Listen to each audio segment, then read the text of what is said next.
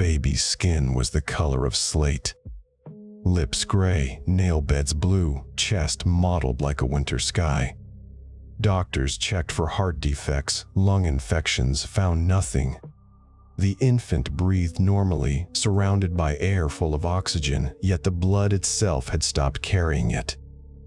The cause was a bottle of formula made with well water that looked clean, tasted clean, and contained a molecule that turns hemoglobin into a chemical dead end.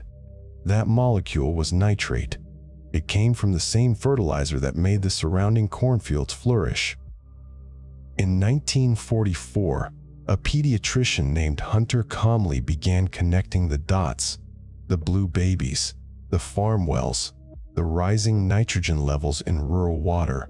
What he found was not a rare accident, but a systemic consequence of the technology that feeds the world. This is the deep archive. We leave the surface now. The hatch seals. The evidence waits below. The well at midnight. The test strip in a kitchen drawer. The methylene blue vial. The geological survey maps marked with red dots where nitrate exceeds the limit. And the atmosphere itself, where nitrous oxide from the same source slowly thins the ozone. The archive opens. The descent begins. The well at midnight makes a sound that seems older than the house. Iron on iron, a creak that carries across the yard where the corn stands dark and silent under a moonless sky, each stalk a thin vertical shadow in the larger shadow of the field. The water that comes up from that depth is cold enough to fog a glass, clear enough to read a newspaper through, and it tastes like nothing at all, which is the first thing about it that should have made someone wonder. Should have raised a question about what it means for water to be so perfectly blank. In the farmhouse kitchen, under the flicker of a kerosene lamp, a woman fills a jar with that water. She does not test it. She does not boil it. She has no reason to. The well has been there since before she was born, sunk into the same aquifer that her mother drew from, and no one in the family has ever been sick from it. The water is clear. It is cold. It is the most natural thing in the world. She measures it into a bottle, adds the powdered formula, shakes it until the lumps dissolve, and gives it to her infant daughter. The baby drinks. The water is clean. The water is pure. The water is slowly turning the baby's blood into something that cannot carry oxygen. This is the story that Dr. Hunter Comley began to piece together in the summer of 1944, when two Iowa physicians separately contacted him about infants who had turned blue for reasons their doctors could not explain. The letters arrived at his office at the University of Iowa with the particular urgency of cases that had slipped past every known diagnosis. The babies were not premature. They had no heart murmurs. Their lungs sounded clear on auscultation. They were pink at birth, pink through the first weeks of life, and then, without fever or seizure or any apparent trigger, they began to change. The blue appeared first around the lips, then across the nail beds, then creeping across the chest and abdomen like a tide moving inland. By the time the doctors wrote to Comley, the infants were slate-colored, limp, their breathing shallow but regular. They were suffocating, and no one could say why. Comley traveled to see them. He was a pediatrician trained to look for the unusual, and he found it in the details that other physicians had dismissed as irrelevant. The babies were all from farms. They were all fed formula made with well water. Their mothers were healthy. Their homes were clean. The wells were deep, drawing from aquifers that had been used for decades without incident. But when Comley asked about the land around those wells, the fields, the drainage, the history of fertilizer use, he began to see a pattern that the medical textbooks had no category for.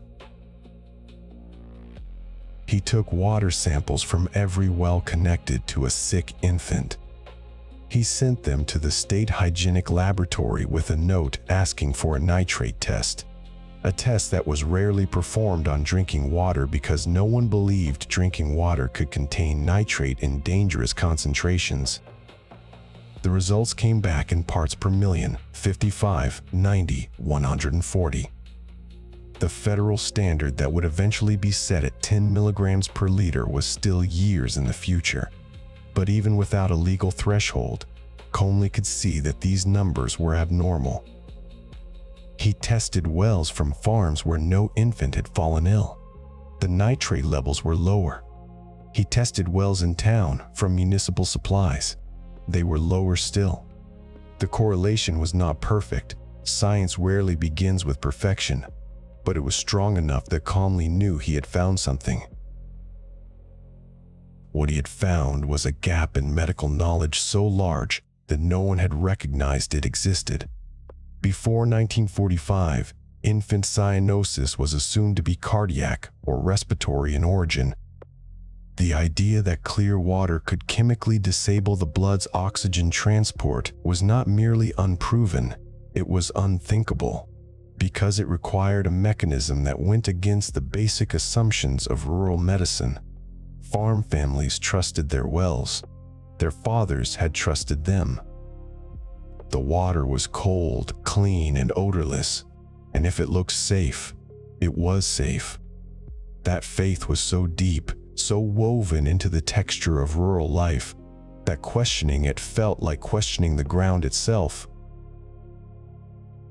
But Comley had the laboratory results, and he had the clinical observations, and he had the pattern that no other explanation could account for. In November of 1945, he published his findings in the Journal of the American Medical Association under the title "Cyanosis in Infants Caused by Nitrates in Well Water." The paper was short, clinical, and devastating. It described 14 cases from Iowa and Nebraska, infants who had turned blue because the water used to mix their formula contained nitrate levels above 50 parts per million. It identified the chemical pathway by which nitrate became nitrite, and nitrite oxidized hemoglobin into methemoglobin, a form of blood so altered that it could no longer deliver oxygen to the body. And it asked, in the restrained language of medical literature, where that nitrate had come from. The answer was not in the paper itself, but in the landscape that surrounded the cases. The wells that produced contaminated water were on farms. They were in regions where synthetic nitrogen fertilizer had been applied to cornfields for years. The nitrate had not seeped into the water from a pipe or a spill or a factory. It had come from the soil, from the very technology that had made the American Midwest the most productive agricultural region in the world. The Haber-Bosch process, which had won Nobel Prizes and fed billions, was leaking its chemical logic into the groundwater. To understand what Comley had discovered, you need to understand the chemistry that makes nitrogen both essential and dangerous. The element itself is inert, harmless, the most abundant gas in the air we breathe. But plants cannot use atmospheric nitrogen. They need it in a fixed form, ammonia, nitrate, that has been combined with other elements through energy-intensive chemical reactions. Before Haber and Bosch developed their high-pressure synthesis in 1909, the world's supply of fixed nitrogen came from guano deposits on Pacific Islands and saltpeter mines in the Atacama Desert. Those sources were finite, and the growing global population was exhausting them. The Haber-Bosch process changed everything. It pulled nitrogen from the air and turned it into fertilizer at an industrial scale, freeing humanity from the Malthusian trap that had haunted every civilization before. Without it, the world could not feed 8 billion people. Every third nitrogen atom in your body was fixed by that process. But when nitrogen is applied to soil as fertilizer, not all of it is taken up by crops. Rain carries the excess downward through the root zone into the shallow aquifers that supply private wells. The molecule moves slowly. It can take decades to travel from the surface to the water table, and it leaves no trace of its passage. The water does not change color. It does not develop a smell. It does not become cloudy or warm or bitter. It remains exactly as it was, clear and cold and tasteless, until the moment it enters an infant's stomach and begins the quiet transformation that turns pink blood brown. The mechanism is precise, almost surgical. Nitrate is not itself toxic. It is a stable molecule that passes through the digestive system without much alteration in an adult. But in an infant under 6 months, the stomach has a higher pH, and the bacteria that colonize it are different. Those bacteria reduce nitrate to nitrite, a far more reactive molecule. Nitrite enters the bloodstream and oxidizes the iron at the center of hemoglobin, changing its electrical state from ferrous to ferric. That single electron shift renders hemoglobin incapable of binding oxygen in the lungs or releasing oxygen to the tissues. The blood continues to circulate, carrying its cargo of unreachable oxygen while the body starves. The skin turns gray-blue. The lips turn the color of slate. The baby breathes and breathes and breathes, surrounded by air that contains everything needed except the chemical key to use it. The treatment, when it works, is a dye called methylene blue, developed in the same German chemical laboratories that gave the world synthetic fertilizer. It accelerates the enzyme system that reduces methemoglobin back to hemoglobin, restoring oxygen transport within minutes. It is one of the few medical interventions that directly reverses a biochemical transformation rather than simply managing symptoms. But the treatment does not address the source. It does not remove the nitrate from the well. It does not change the fact that the family will draw another glass of water tomorrow, and the day after, and the day after that, until someone decides to test the water, or drill a new well, or move away from the farm that has been in the family for 3 generations. Comley's 1945 paper forced the medical community to recognize that private wells could be dangerous, but it did not create a system for protecting them. The Public Health Service would set a standard for nitrate in drinking water in 1962, 17 years after Comley published his findings. The standard of 10 milligrams per liter was based almost entirely on the risk of infant methemoglobinemia, drawn from a handful of cases that included the ones Comley had documented. It was an estimate, a provisional line drawn through a field of uncertainty, and the committee that set it acknowledged that more research was needed. But more research was slow to arrive, and the wells that had been contaminated in 1945 were still contaminated in 1962, and the families who drew from them had no way of knowing whether the line had been drawn high enough to protect them. The nitrate molecule does not argue. It does not negotiate. It flows through soil and water with the same indifferent patience it showed when it was first pulled from the air in a German laboratory. It will wait. It will accumulate. It will travel from the cornfield to the aquifer to the kitchen tap without announcing itself, without changing the water's taste or smell or appearance. Every summer, the same rain that makes the corn grow green carries another year of fertilizer deeper into the ground. Every spring, another farmer spreads nitrogen on the same fields where his father spread it, trusting that the soil will absorb what the crops cannot use. And beneath those fields, in the dark water that no one sees, the concentration rises, not fast enough to alarm, but fast enough to matter. fast enough to turn a well that was safe in 1940 into a chemical source in 1960, fast enough to ensure that some family, somewhere, will fill a bottle at midnight with water that looks clean enough to drink. The well at midnight makes the same sound it has always made. Iron on iron, the handle lifting and falling, the water rising from the dark. The kitchen is quiet. The lamp flickers. A jar of water stands on the counter, clear enough to read through, cold enough to fog the glass. It looks clean. It tastes clean. And in that appearance of purity lies the quiet violence of a system that has not yet learned to account for everything it sets in motion. The water in that well did not come from a factory or a chemical spill. It came from the soil itself, transformed by a technology that won Nobel Prizes and fed billions. And that same technology was quietly writing a chemical signature into the water table of the American heartland, a signature that would take decades to read and longer still to answer.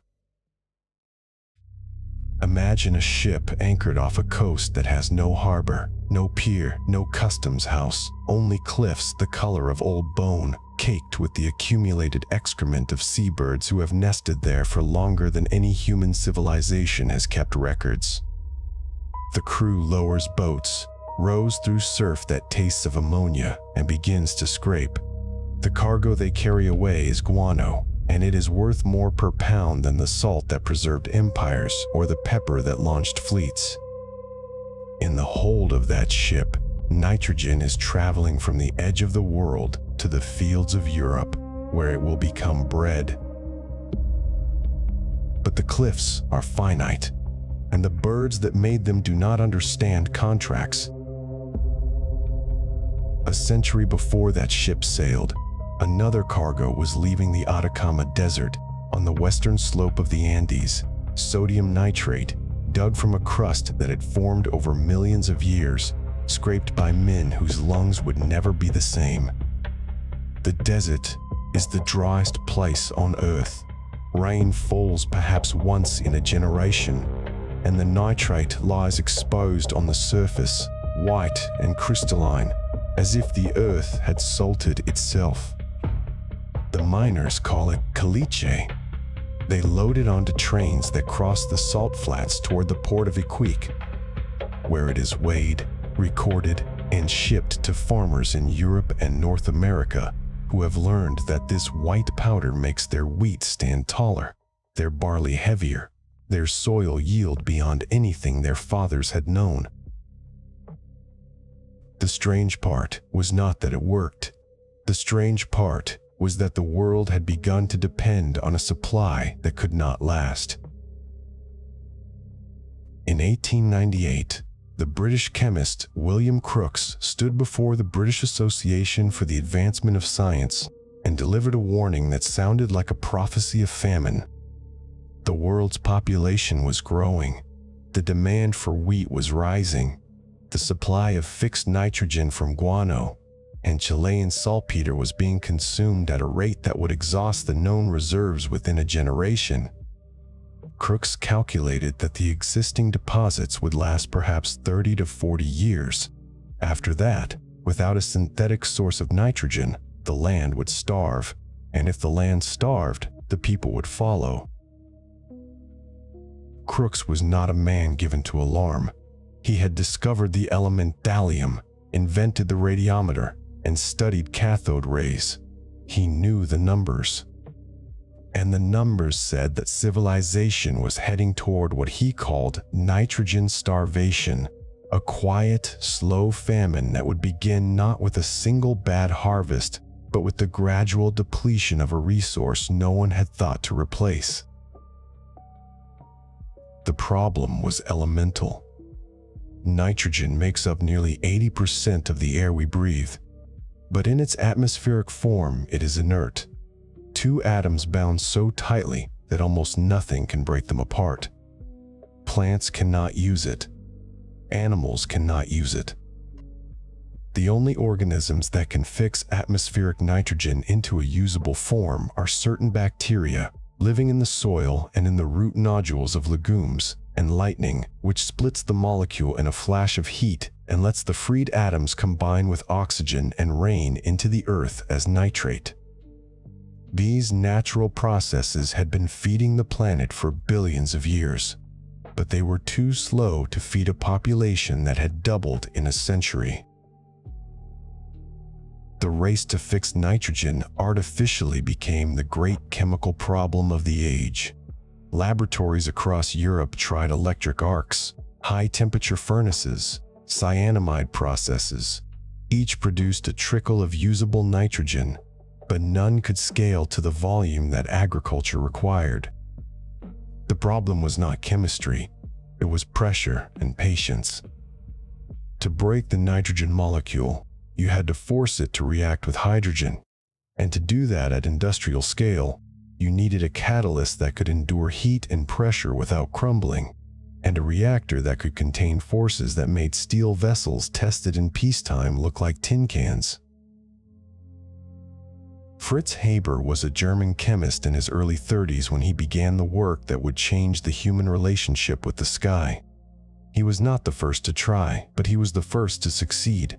In 1909, in a small laboratory at the Karlsruhe Institute of Technology, he circulated a mixture of nitrogen and hydrogen over an osmium catalyst at a pressure of 175 atmospheres and a temperature of 550 degrees Celsius, and he watched ammonia condense out of the stream. The yield was small, but it was real. The air had become bread, and the bread had become measurable. Haber's apparatus was a thing of glass and steel and careful seals, a system that could contain the immense pressure of gases that would otherwise tear a vessel apart. The hiss of compressed gas through the pipes was the sound of a new era beginning, though no one in the room could have known how far the sound would travel. The heat shimmer above the reactor was the same heat that rises from the soil of a summer field, but this was a heat that came from the force of nitrogen's bonds being broken by human will. The process was scaled quickly. Carl Bosch, an engineer at BASF, turned Haber's laboratory demonstration into an industrial machine that could produce 30 tons of fixed nitrogen per day by 1913. The plant at Oppau, near Ludwigshafen, rose out of the Rhine Valley like a factory built to feed the future. And it did. Without the Haber-Bosch process, the Earth could not support the population that now lives on it. An estimated 4 billion human beings, or roughly 1 of every 2 people alive today, depend on the ammonia that comes from that reaction. The nitrogen in your own body, in the proteins that make up your muscles, and the DNA that carries your history, was likely fixed by the same chemistry that Haber first achieved in a laboratory in 1909. But the discovery that liberated humanity from the Malthusian trap also freed nitrogen from its natural cycle. Before Haber, the amount of nitrogen that moved from the atmosphere into the soil and water was governed by bacteria, lightning, and the slow accumulation of seabird waste. The total was large, but it was bounded by the pace of biology. After Haber, humans could set the pace, and they did. Today, the amount of reactive nitrogen that humans create through the Haber-Bosch process exceeds the amount produced by all natural terrestrial processes combined. For the first time in the history of the planet, one species was moving more of a fundamental element through the environment than every volcano, every thunderstorm, every microbe in every root system, in every soil on Earth. The molecule did not care about the scale. It simply flowed where it was taken, and when it was applied to fields, it did not all stay in the roots. Rain carried it into the soil, deeper than the corn could reach, down into the groundwater that would one day be drawn from a well. And in that well, it would wait, clear, tasteless, invisible, until a bottle was filled, a baby was fed, and the blood began to darken. But that is a later chapter of the archive. In the winter of 1914, the German chemical industry looked at the ammonia plant at Oppau and saw something other than fertilizer. The war that had begun that summer consumed nitrates at a rate no one had predicted, not for the fields, but for the munitions factories. Ammonia can be oxidized to nitric acid, and nitric acid is the raw material of explosives. The Haber-Bosch process, built to grow wheat, was turned to the production of gunpowder and artillery shells. The same chemistry that could keep a nation fed could also keep it armed.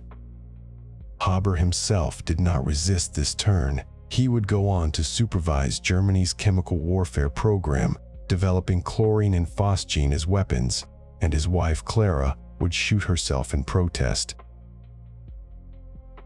The chemical that fed the world had become the chemical that choked it. And the air that became bread had also become the air that fell as gas on the trenches of Ypres. The archive of that transformation is written in the soil, in the water, in the blood of infants born decades later, and in the slow accumulation of nitrous oxide in the stratosphere, where it will remain for 100 years, eating away the layer that protects the land from ultraviolet radiation. The molecule does not remember whether it was meant for wheat or for war. It only does what chemistry demands. And what chemistry demands is that the nitrogen we have freed will keep moving, keep transforming, keep finding new places to accumulate, until the system we have built reaches its own equilibrium, whether we are ready for it or not. The room was cold, and it smelled of salt and blood, and something else, something that clung to the walls like a second skin, a faint metallic sweetness that the workers had long stopped noticing. In the back of a Cincinnati packing house, in the years after the Civil War, the brine vats were filled with water and salt, and a white crystalline powder that had been arriving in wooden barrels from Chile and the East Indies for centuries. The powder was saltpeter, potassium nitrate, and it had been used to preserve meat since before anyone could remember. But until the late 1800s, nobody knew why it worked. They only knew that meat cured with it turned a deep, stable pink, the color of health, the color of freshness, the color that customers trusted. The saltpeter had come a long way. In the Atacama Desert, men had scraped it from the earth with iron tools, their lungs filling with the fine white dust that blew across the salt flats. On remote Pacific islands, it had been mined from guano deposits, centuries of seabird droppings compressed into a crust that nations fought over. It had traveled by ship and rail and wagon, stored in warehouses that smelled of ammonia and damp, and finally arrived here in a butcher's brine to do something that no one could explain. The meat did not spoil. The color held. The flavor was distinct. And the industry built itself around this certainty, without asking what the chemistry was actually doing. It was not until the 1890s that scientists began to understand. The bacteria living on the surface of the meat, harmless, invisible, indifferent, were converting the nitrate into nitrite. And the nitrite, in turn, was reacting with myoglobin, the protein that gives raw meat its purplish-red color. The reaction produced a stable pink compound called nitrosomeoglobin. That was the color. That was the sign that told the customer the meat was safe. But the sign was not a guarantee. It was a consequence of a chemical transformation that had no regard for human intention. The bacteria were not trying to help. They were simply metabolizing nitrogen, the way they had done for millions of years. And the pink color was a byproduct, a spill of chemistry that happened to match what people wanted to see. The commercial packers of Chicago and Cincinnati did not wait for the science to settle. By the 1880s, they were adding sodium nitrate directly to their curing brines, skipping the bacterial step and going straight to the source. The result was consistent, predictable, and enormously profitable. A cured ham from a Chicago packing house could be shipped across the country and still arrive pink. It could sit on a grocery shelf for weeks. It could be sliced thin and presented under gaslight in an elegant downtown delicatessen, and the color would not fade. The consumer learned to read safety in that pink. The pink meant fresh. The pink meant pure. The pink meant that the meat came from a place where cleanliness and order prevailed, where the animals were slaughtered in vast industrial palaces of tile and steam, and where the product bore the stamp of a trusted company. But the pink was not a promise. It was a residue. In 1925, the United States Department of Agriculture formally permitted the use of sodium nitrate and sodium nitrite in cured meats. The regulation set maximum limits based on one criterion: the amount needed to prevent Clostridium botulinum, the bacterium that causes botulism, from growing in the meat. At that concentration, the nitrite was a preservative, a disinfectant, a shield against the deadly poisoning that the industry feared above all others. No one asked what the nitrite might do inside the human body after the meat was eaten. No one considered the heat of a frying pan, the chemical reactions that could unfold in a skillet on a Sunday morning, the quiet rearrangement of molecules that would follow when nitrite met amino acids at high temperatures. The danger was not in the raw meat. It was in the cooking. When a slice of bacon hits a hot pan, the nitrites begin to change. They combine with amino acids in the muscle tissue to form nitrosamines, a class of compounds that laboratory studies would later link to cancers of the stomach, esophagus, and colon. The reaction is slow at first, then rapid as the fat renders and the temperature climbs. The smell that fills the kitchen, that warm, familiar, almost nostalgic smell, is the smell of chemistry doing what chemistry does. It is not malevolent. It is not intentional. It is just the way nitrite behaves under heat, the way the molecule rearranges itself into something new, something that the body was not designed to handle. The first studies linking nitrosamines to cancer appeared in the 1950s, but the meat industry had already been using nitrite for decades. The pink color had become a standard, a customer expectation, a market demand that no single company could reverse. If you stopped using nitrite, your bacon would turn gray. It would look like cooked pork, not like bacon, and the customer would not buy it. The industry was trapped by the very chemistry it had embraced. The same molecule that prevented botulism also created carcinogens. And the same pink that signaled safety was the visible proof that the preservative was still present, still active, still capable of forming nitrosamines in every pan across the country. The strangest part was not that the system worked despite the risk. It was that the risk had been visible from the beginning, if anyone had thought to look. The curing salts sat in white crystalline piles at the back of the butcher's cooler, and it looked harmless. It looked like ordinary salt. But it was not ordinary. It was a molecule that could preserve flesh and also alter it, that could protect against one poison while creating another, that could survive the long chain from the packing house to the grocery to the kitchen and still be active, still be waiting for heat and time and the right conditions to become something else. By the middle of the 20th century, the nitrate question had moved beyond the meat industry. The same chemistry that kept bacon pink was also being applied to cornfields, where synthetic fertilizer was pouring nitrogen into the soil at rates that had never existed in nature. The same nitrate that preserved ham was becoming the invisible signature in private wells across the Midwest, as the molecule moved through the root zone, through the shallow groundwater, through the soil that separated a cornfield from a farmhouse kitchen. The meat industry had built its reputation on the promise of pure, wholesome food. But the nitrate chemistry that kept pork safe from botulism was also quietly migrating from the curing vat into the rural water table, moving through soil the way it had moved through flesh, invisible, tasteless, odorless, until something started to turn blue.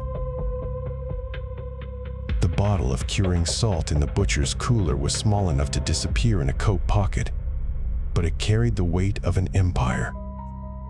It had been mined from the cliffs of the Pacific, shipped across oceans, measured out in precise grams, and added to meat that would feed a nation.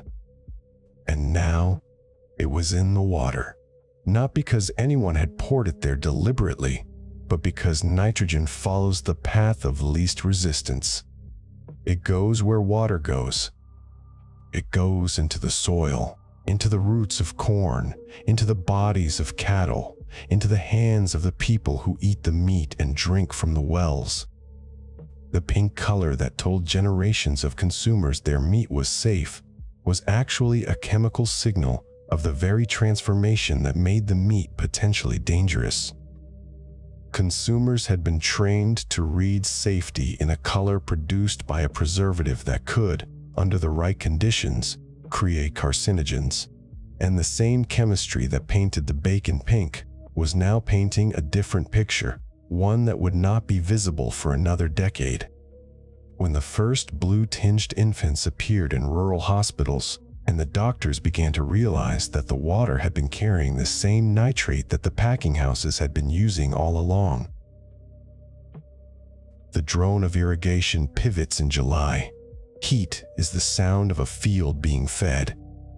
It is a mechanical rhythm, a low metal whine that carries for miles across flat horizons, and it means water is falling on corn that was already planted with nitrogen measured in hundreds of pounds per acre. The white crust of fertilizer pellets on a tilled field is not a mistake. It is the visible signature of a system designed to ensure that no plant ever wants for the element it needs most. But the corn plant is an inefficient eater. Of every 100 pounds of nitrogen laid down in spring, fewer than 50 will ever enter a stalk, a leaf, a kernel. The rest does not disappear, it dissolves. Rain falls. The nitrate ion, NO3-, carries a negative charge and a deep affinity for water. It does not cling to soil particles the way phosphorus does not volatilize into the air like ammonia. It moves straight down, drawn by gravity, following the path of every raindrop that has fallen since the last fertilizer pass. Through the root zone, past the clay pan, into the porous gravel and sand of the shallow aquifers that lie beneath the corn belt. The water that emerges from a private well in rural Iowa or Illinois has passed through decades of this slow chemical migration. It looks clear. It tastes like water. But the laboratory test will show a number that has been climbing since 1945, and that number has a history written not in dollars or in bushels, but in the hemoglobin of infants. The United States Geological Survey began the National Water Quality Assessment in 1991, sending teams out across the country to sample wells that had never been tested systematically. What they found was not a surprise to anyone who had been paying attention, but it was a number that could now be measured.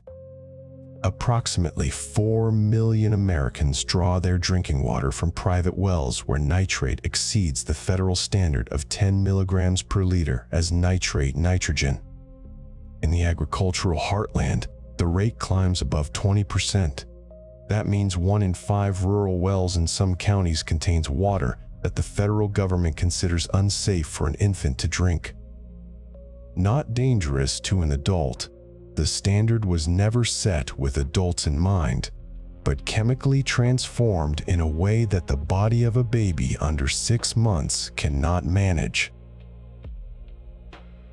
The molecule itself is patient. Unlike a river that flushes with the next storm, groundwater moves in inches per day, sometimes inches per year. A pound of nitrogen applied to a cornfield in 1985 may not reach the water table until 2005 or 2015 or 2025. The contamination that arrives at a kitchen tap today was set in motion by a farmer who may have retired, who may have died, who may have applied the fertilizer believing he was doing exactly what the extension service told him, putting nitrogen down to feed the nation. He was right about the feeding. He was not wrong about the science. But the chemistry does not stop at the edge of the field. It continues downward, year after year, through soil horizons that have no memory of who applied what, only a record of what passed through. The standard itself was set in 1962 by the U.S. Public Health Service, a single number pulled from a handful of cases. 45 milligrams per liter as nitrate, or 10 milligrams per liter as nitrate, nitrogen. The committee that wrote the standard acknowledged openly that the evidence base was thin. They had fewer than 100 documented infant poisonings worldwide to work from. They knew that some babies had turned blue after drinking well, water with nitrate levels above 50 parts per million, and they knew that some had died.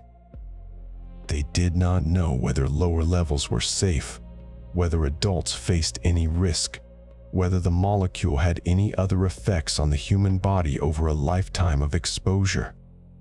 They chose a number that seemed protective for the most vulnerable population they could identify, infants under 6 months, and they left a note in the margin that further research was needed. That research has been conducted. The standard has not changed. The geography of clear water is not a map of contamination. It is a map of cultivation.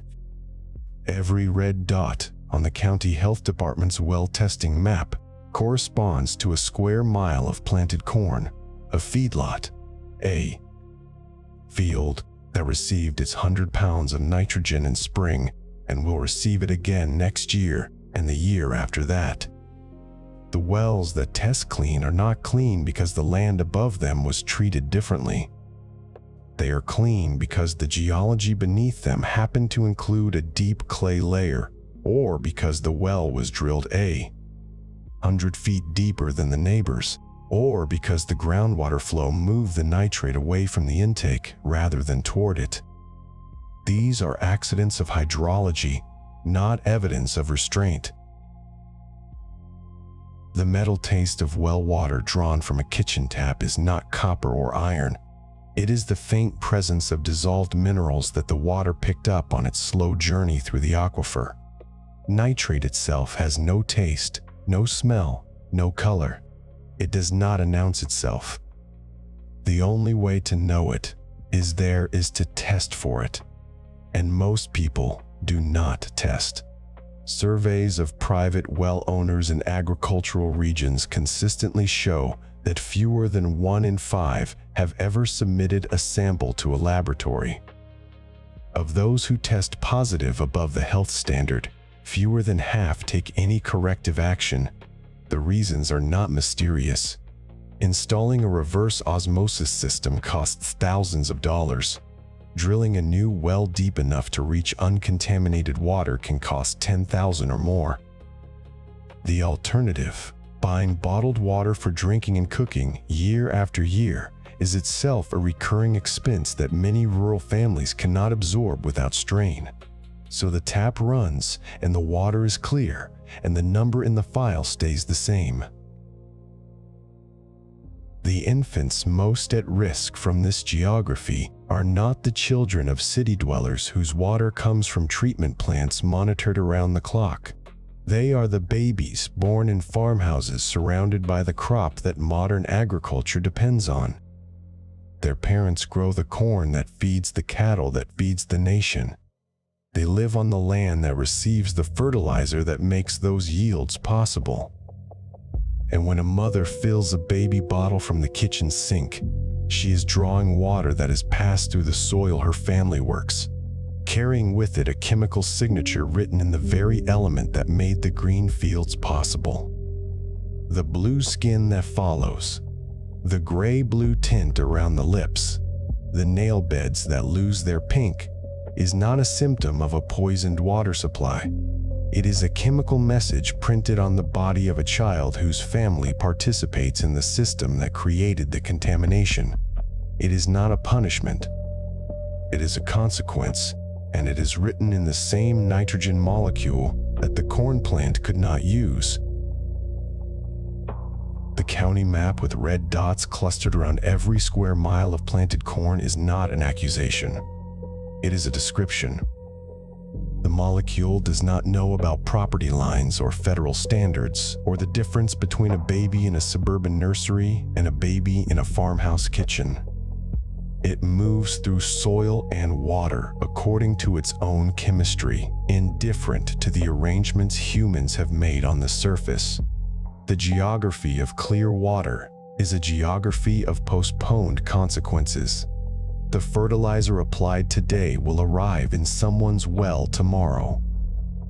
The standard set in 1962 will be reviewed again and again, and each time the question will be the same: how much contamination is acceptable in exchange for the abundance that nitrogen makes possible? The answer so far has been this much, exactly this much, the number on the page. But the archive does not close. It continues in every bottle of well water sent to a laboratory, every infant whose parents were told to switch to bottled formula, every field where a farmer tries to grow more with less nitrogen, every policy debate where someone asks whether the standard is still enough. The molecule itself does not care about our debates. It will continue to flow through soil and water and blood until the system we have built reaches its own chemical equilibrium. The only question is whether that equilibrium will be one in which humans can live, or one in which the archive simply records how we finally learned what nitrogen could do, long after we had the chance to do anything about it. The water in that well looks clean enough to drink. It tastes like water. But the test strip in the kitchen drawer has been there for 2 years, and the expiration date has passed, and the tap is still running. The brown stain on white gauze is not the color of blood as most people know it. It is not arterial red, not venous blue red, not the dark rust of a dried scab. It is the color of chocolate milk, thick, opaque, wrong. The nurse wipes the stain from the infant's heel where the lancet pricked, and the gauze tells the story before any laboratory report can confirm it. This is methemoglobinemia, and the blood has surrendered its oxygen. The mechanism is a matter of iron. Each hemoglobin molecule in human blood carries 4 iron atoms, each one ordinarily capable of holding a single oxygen molecule in a reversible grip, gripping in the lungs, releasing in the tissues, a constant trade of capture and delivery that keeps every cell in the body from suffocating. Nitrite, however, does not care about ordinary. When nitrite enters the bloodstream, it oxidizes the ferrous iron in hemoglobin, the iron with 2 missing electrons, the form that can hold oxygen, and converts it to ferric iron, a form that cannot. The technical term is methemoglobin. The functional term is a lock that no longer opens. Oxygen molecules bump against the altered iron, unable to bind, unable to be carried, unable to be released. The lungs fill with air. The diaphragm rises and falls. The baby breathes as normally as any infant breathes in a hospital crib, but the oxygen goes nowhere. It stays in the lungs. It dissolves in the plasma. It does not reach the brain, the heart, the fingertips. The body suffocates inside a room full of breathable air. This is why the infant's skin turns the color it does. The cyanosis of methemoglobinemia is not the blue of a bruise, not the violet of a cold extremity. It is a gray-blue slate-colored, the color of a winter sky before snow. It appears first at the lips, then spreads to the nail beds, then climbs across the face and trunk as the oxygen saturation falls below 60%. The pediatrician's penlight flickers across the mouth, checking the mucosa. The lips are not pink, they are the color of lead. The nurse notes the time. The oxygen monitor reads a saturation that does not match the child's efforts. And the mother, sitting in a hard chair beside the crib, watches her baby breathe and still turn blue. She does not know about the iron atoms, about the 4 binding sites, about the enzyme system that should be reducing methemoglobin back to hemoglobin, but is not, because in infants under 6 months of age, that enzyme system is underdeveloped.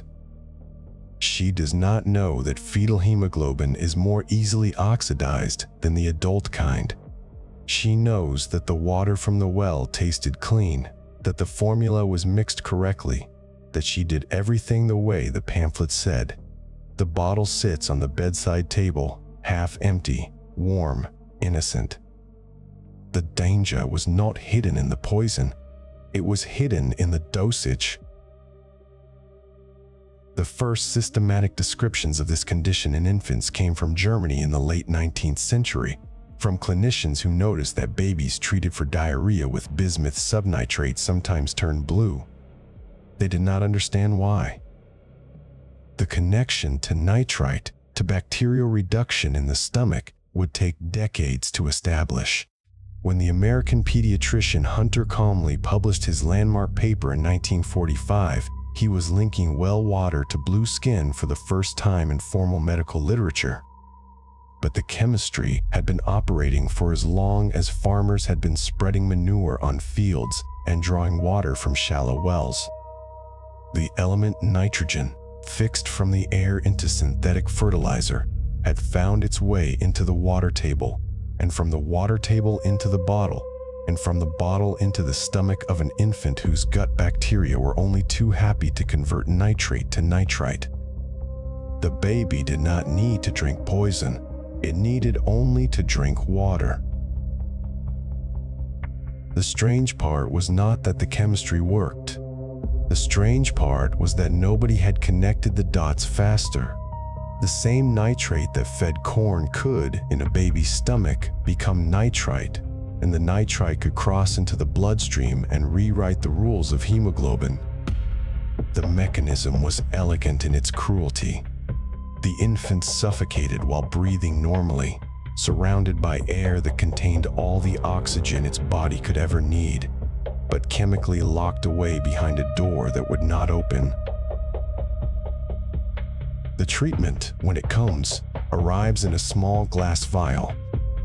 Methylene blue, a synthetic dye, first synthesized in 1876 by the German chemist Heinrich Caro, working for the BASF company in the same industrial corridors that would later give the world synthetic ammonia.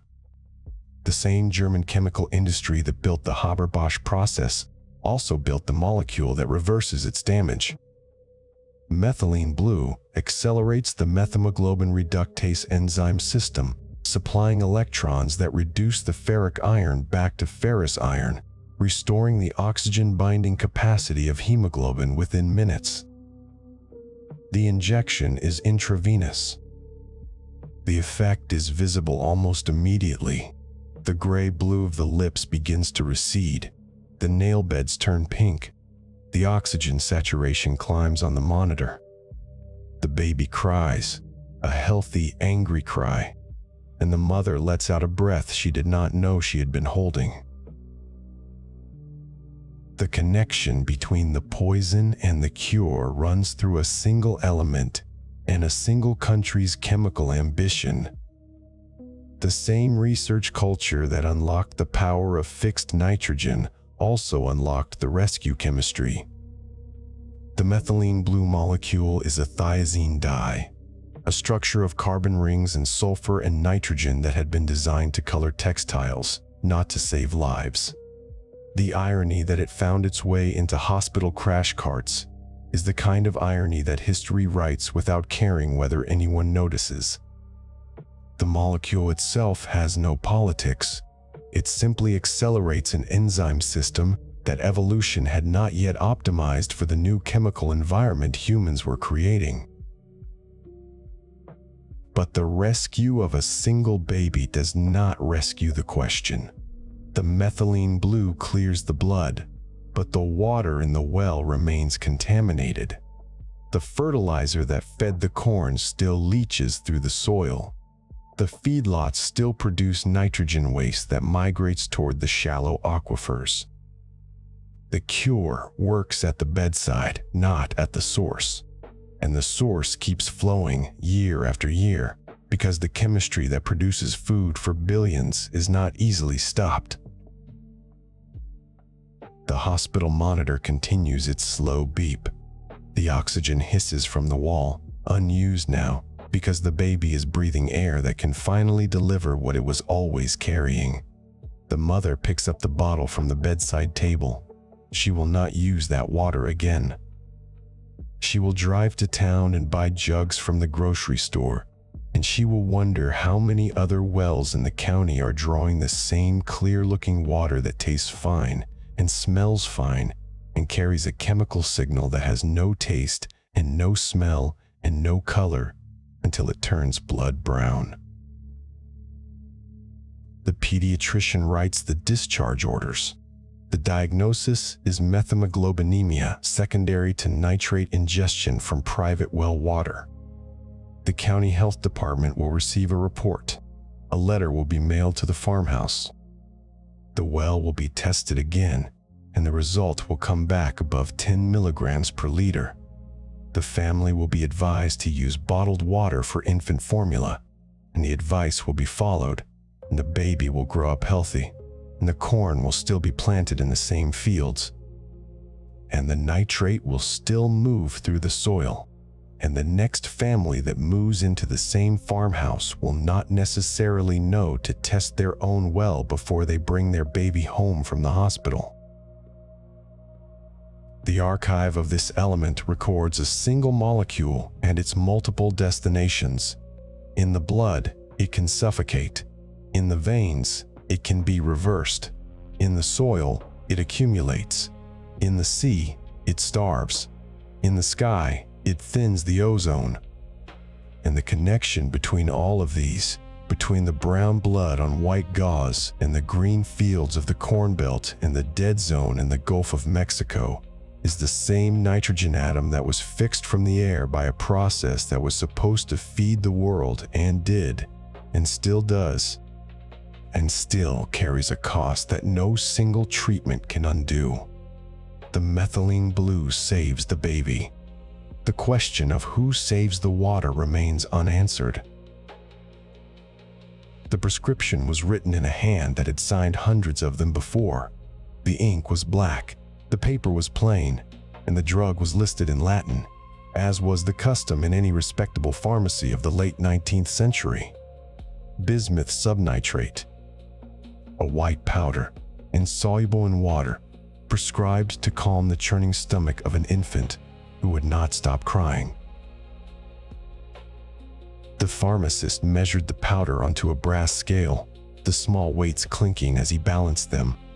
He folded the paper with practiced precision, tied it with clean white string, and handed it to the mother who had walked 2 miles through the November cold to reach his shop. She would mix it with milk or water 3 times daily after feeding, until the crying stopped. The crying would stop, The infant would grow quiet, drowsy, still, and then within a day or two, the skin would begin to change.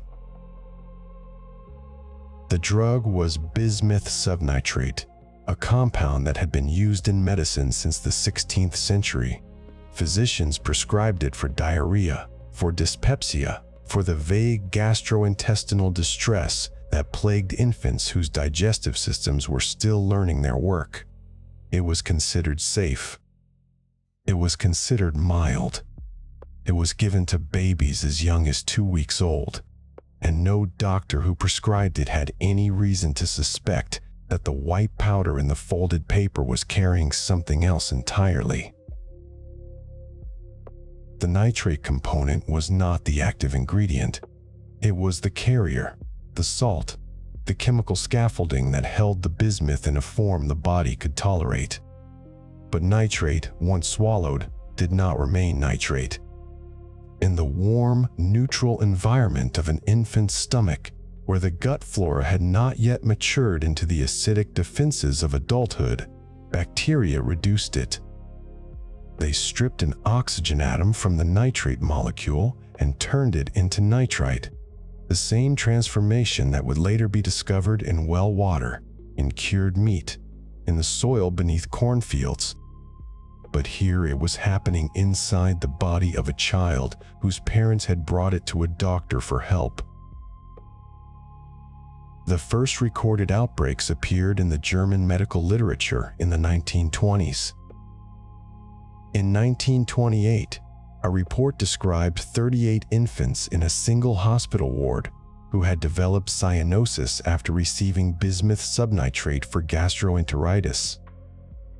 The physicians noted the blue-gray discoloration of the lips, the nail beds, the mucous membranes. They tested the infants for heart defects. They checked for pneumonia. They administered oxygen and watched it fail to improve the color of the blood. Several of the children died before anyone thought to examine the white powder that was being given 3 times daily after feeding. The strange part was not that the powder caused harm. The strange part was that it looked and tasted exactly like medicine. There was no bitterness, no burning, no sign that the substance entering the infant's mouth was chemically altering the very mechanism by which blood carries oxygen.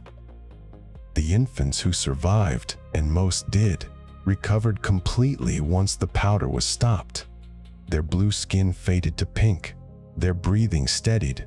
The connection between the white powder and the gray-blue lips was invisible to the clinical eye until someone thought to look for it.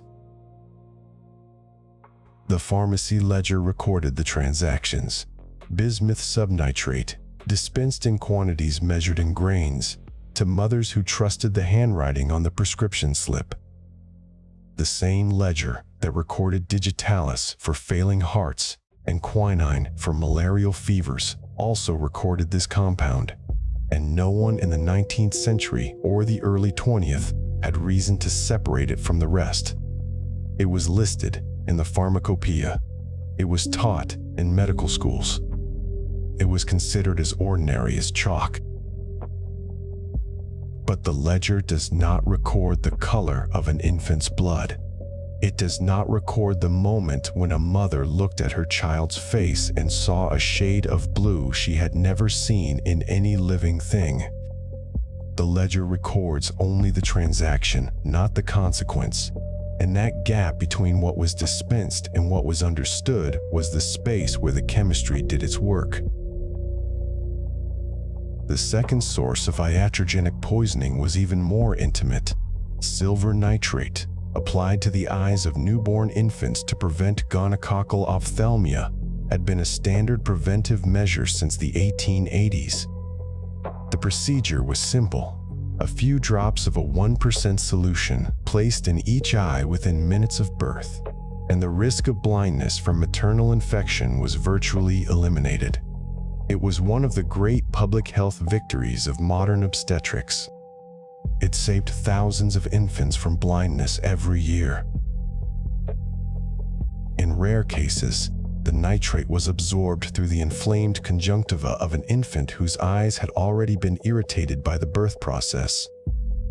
It entered the bloodstream directly, bypassing the digestive tract, and there it encountered the same bacterial reduction pathway that operated in the gut. The nitrite that formed in the blood oxidized hemoglobin into methemoglobin, and within hours of birth, before the mother had held her child for the first time, the infant's skin took on the distinctive slate-gray hue of oxygen starvation. The doctors who administered the drops had no way of knowing. The drops were clear, colorless, odorless. They had been used safely in millions of births. The infants who turned blue were anomalies, outliers, data points that did not fit the clinical picture. Some physicians attributed the cyanosis to congenital heart defects. Others suspected pneumonia acquired during delivery. A few kept their observations to themselves, unsure what to make of a complication that seemed to come from nowhere and resolve on its own. The discovery that nitrate was not itself toxic, but became toxic through bacterial reduction, was a revelation that reshaped the understanding of how the body interacts with the chemistry it ingests. It meant that the danger of a substance could not be assessed by testing the substance alone. The danger depended on what happened to it after it entered the body, on the flora of the gut, the pH of the stomach, the age of the patient, the presence or absence of enzymes that could reverse the transformation before it caused harm. Infants under 6 months were uniquely vulnerable. Their stomachs had a higher pH than adult stomachs, closer to neutral, which allowed bacteria that would normally be killed by acid to thrive and multiply. Their gut flora were still being established, a community of microorganisms that had not yet settled into the stable relationships of adult digestion. And their level of methemoglobin reductase, the enzyme that converts methemoglobin back to hemoglobin, was low, leaving them with no biochemical backup when the nitrite arrived. An adult drinking the same water or swallowing the same powder would experience no visible effect. The adult's stomach acid would kill most of the bacteria that performed the reduction. The adult's enzyme system would handle what little nitrite formed. The adult's blood would remain red, and the adult would never know that the water or the powder contained a molecule that could, under different circumstances, turn blood brown and starve a brain of oxygen. The same dose, in 2 bodies separated by a few months of age, produced 2 completely different outcomes. The difference was not in the substance, it was in the body that received it. The records of these poisonings are kept in medical journals from the 1920s and 1930s, bound in dark cloth with faded gold lettering, stored in library basements where the microfilm readers hum and the air smells of paper and dust. The case reports are written in careful clinical prose. The infant presented with cyanosis of the lips and nail beds. Oxygen therapy was administered without improvement. Upon review of the medication history, bismuth subnitrate was identified and discontinued. The cyanosis resolved within 48 hours. No mention of the mother's face as she watched her child turn blue. No mention of the doctor's confusion, the sense of professional competence quietly undermined by a compound he had been taught was safe. The clinical prose does not record the moment when a physician realized that the medicine in his own bag, the medicine he had prescribed 100 times, the medicine whose white powder he had measured with his own hands, was the cause of the blue skin he had been struggling to explain. If nitrate could enter an infant's body through a doctor's prescription, through the drops placed in a newborn's eyes, through well water, mixed with formula at a farmhouse kitchen sink, then it had entered ordinary life from more directions than anyone had yet counted. It was not a single poison with a single source.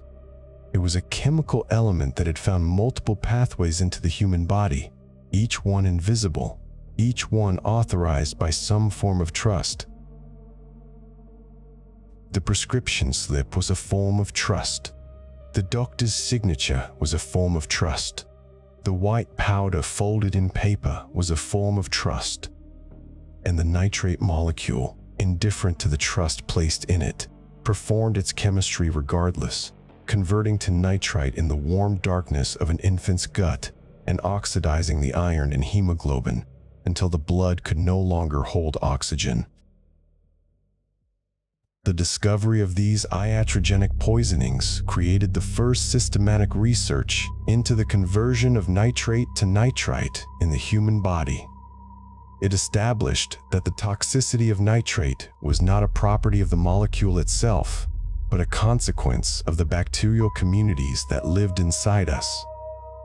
It taught physicians that a substance could be safe in an adult and dangerous in an infant, safe in one gut and toxic in another, safe in theory and lethal in practice. But the discovery did not end the problem. It made the problem more complex, because if nitrate could enter the body through medicine, through water, through food, through the very substances meant to protect and nourish, then controlling it would require tracking a single chemical element through the entire apparatus of modern civilization, from the pharmacy to the field, from the doctor's bag to the well pump, from the prescription slip to the kitchen tap. No one was prepared for that undertaking. No single agency had the authority. No single science had the methods. The molecule moved through systems that did not communicate with each other, through regulations that did not touch each other, through bodies that did not know they were being altered until the skin changed color and the breath grew shallow and the oxygen in the air became chemically inaccessible. The pharmacy ledger recorded the transaction. The clinical note recorded the outcome. But between the white powder on the brass scale and the blue-tinged hand of the infant reaching toward a bottle that was supposed to help, there was a gap that neither the pharmacist nor the physician could see. And that gap was not closed by the discovery. It was only named. The bulletin arrived in the spring when the fields were still wet and the calendar said it was almost time to plant. It came to county agent offices across the Midwest, printed on government paper with government ink, stamped with the seal of the United States Department of Agriculture. Inside were the new nitrogen recommendations, higher than the year before, higher than the year before that, climbing steadily through the post-war decades like the yields they were designed to produce.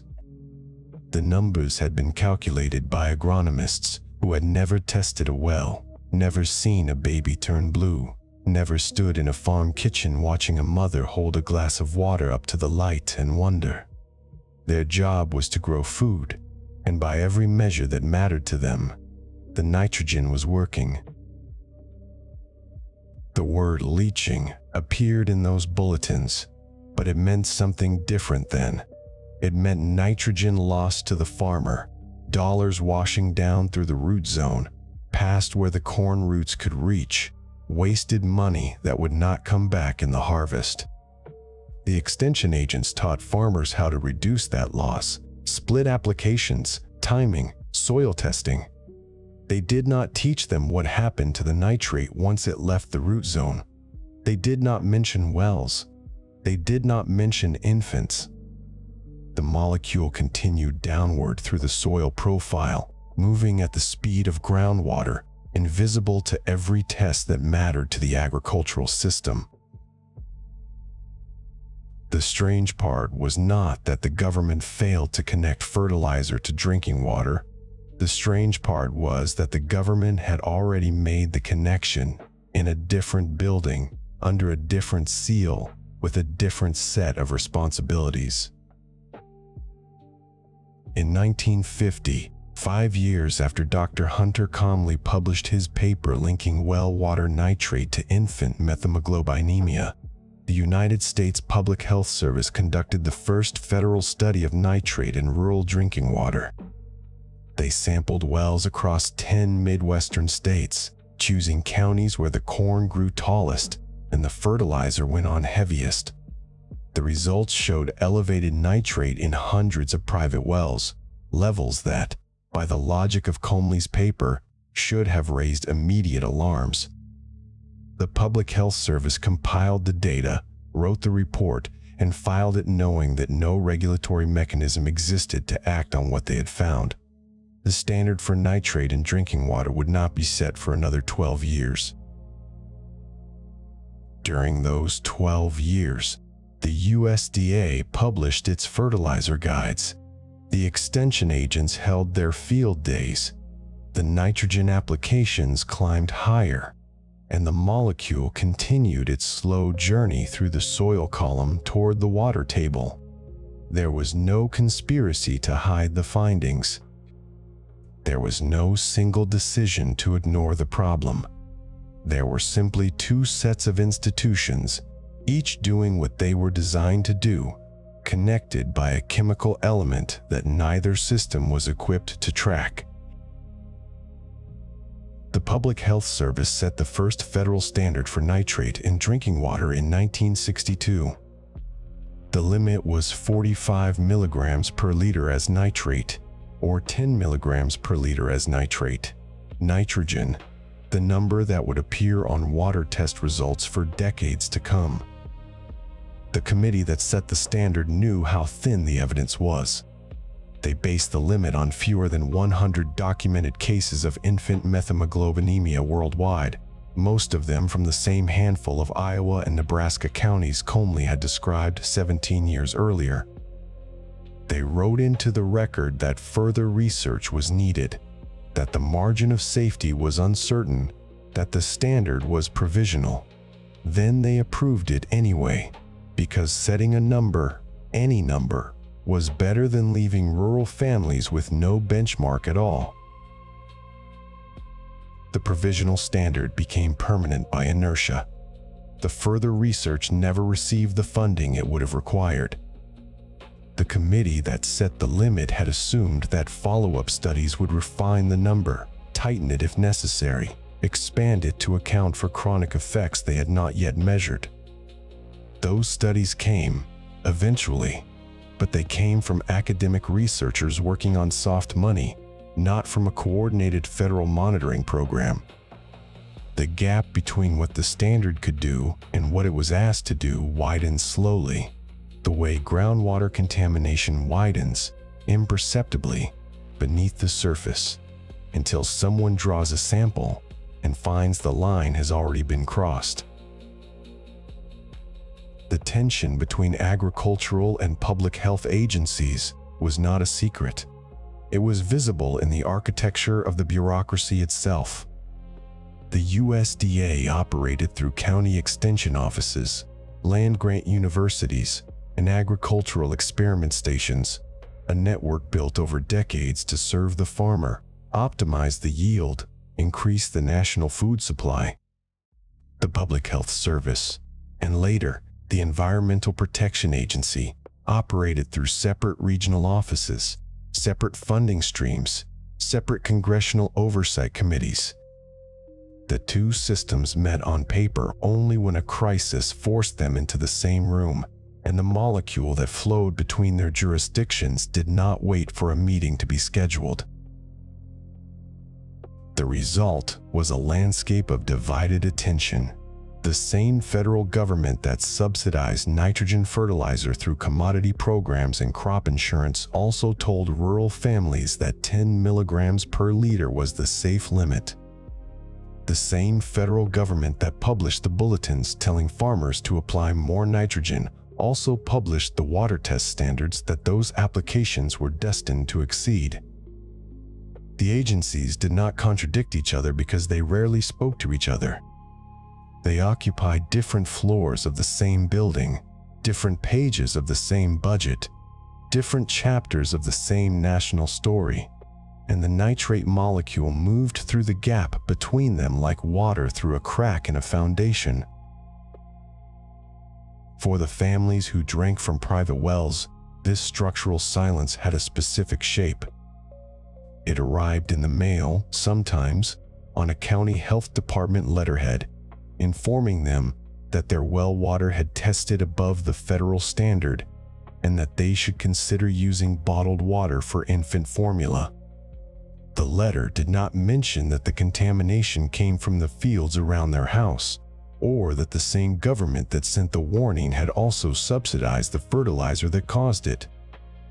The letter did not offer to pay for a new well or a treatment system. It advised, and the advice was sound, but the advice was also the only thing the county health department had the authority to give. By the time the EPA was created in 1970, the pattern was already set. The new agency inherited the monitoring programs, the provisional standard, and the responsibility for discovering consequences that the agricultural system had not been designed to measure. The USDA continued to publish fertilizer guides. The extension agents continued to advise on nitrogen timing and placement, and the molecule continued to move through the soil at the speed of groundwater, a slow chemical tide that neither agency could stop because neither agency controlled the full length of its journey. The failure was not a conspiracy.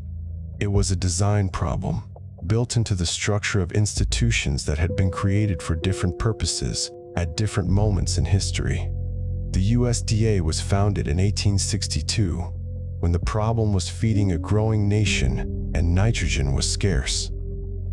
The EPA was founded in 1970, when the problem was protecting a nation from the unintended consequences of its own success, and nitrogen was everywhere. The century between them had changed the chemistry of the American landscape, but the agencies had not changed fast enough to keep up. They were still speaking the language of their founding moments, while the molecule spoke the language of the water cycle, which had no respect for bureaucratic boundaries. The families who lived on the land had no regulatory voice in either conversation. Their wells were private. Their water was unregulated under the Safe Drinking Water Act, which applied only to public water systems. Their contamination was documented by county health departments and academic researchers, but no agency had the authority to require a farmer to test a well or the funding to treat one. The families who drank from those wells were not invisible to the system. They appeared in the studies, the maps, the county health records, but they fell between the jurisdictions of the institutions that might have helped them. The bulletin on the county agent's desk and the water test result in the health department file were records of the same chemical history, written in different languages, filed in different buildings, addressed to different audiences. The molecule that connected them did not care about the distinction. It moved through the soil, through the aquifer, through the well casing, through the kitchen tap, through the body of an infant whose blood could not carry oxygen. And at every stage of that journey, it was doing chemistry that had been set in motion by a system that no one had designed to stop it. The archives of the makers and the archives of the protectors sit in separate rooms, but they tell the same story. One records the rising curve of nitrogen applied. The other records the rising curve of nitrate detected. One records the yields. The other records the cases. The two curves mirror each other because they describe the same phenomenon from opposite sides of a single regulatory line, a line drawn in 1962, provisional then, still provisional now, waiting for the further research that was promised but never fully funded. The bulletin fades. The test strip yellows. The certified mail envelope arrives and is opened at a kitchen table where a mother has already made the formula, and the water in the bottle looks as clear as it did before she knew the number. The molecule continues its work, indifferent to the date on the standard. indifferent to the committee that set it, indifferent to the gap between the agencies that could not quite close the distance between feeding the world and protecting the people who feed it. There was a smell that arrived before the place itself. You could feel it first as a pressure in the back of the throat, then as a taste on the back of the tongue, long before the eyes confirmed the low buildings and the dark slick of the lagoon and the dust rising from the pens. On a humid August morning, that smell did not dissipate.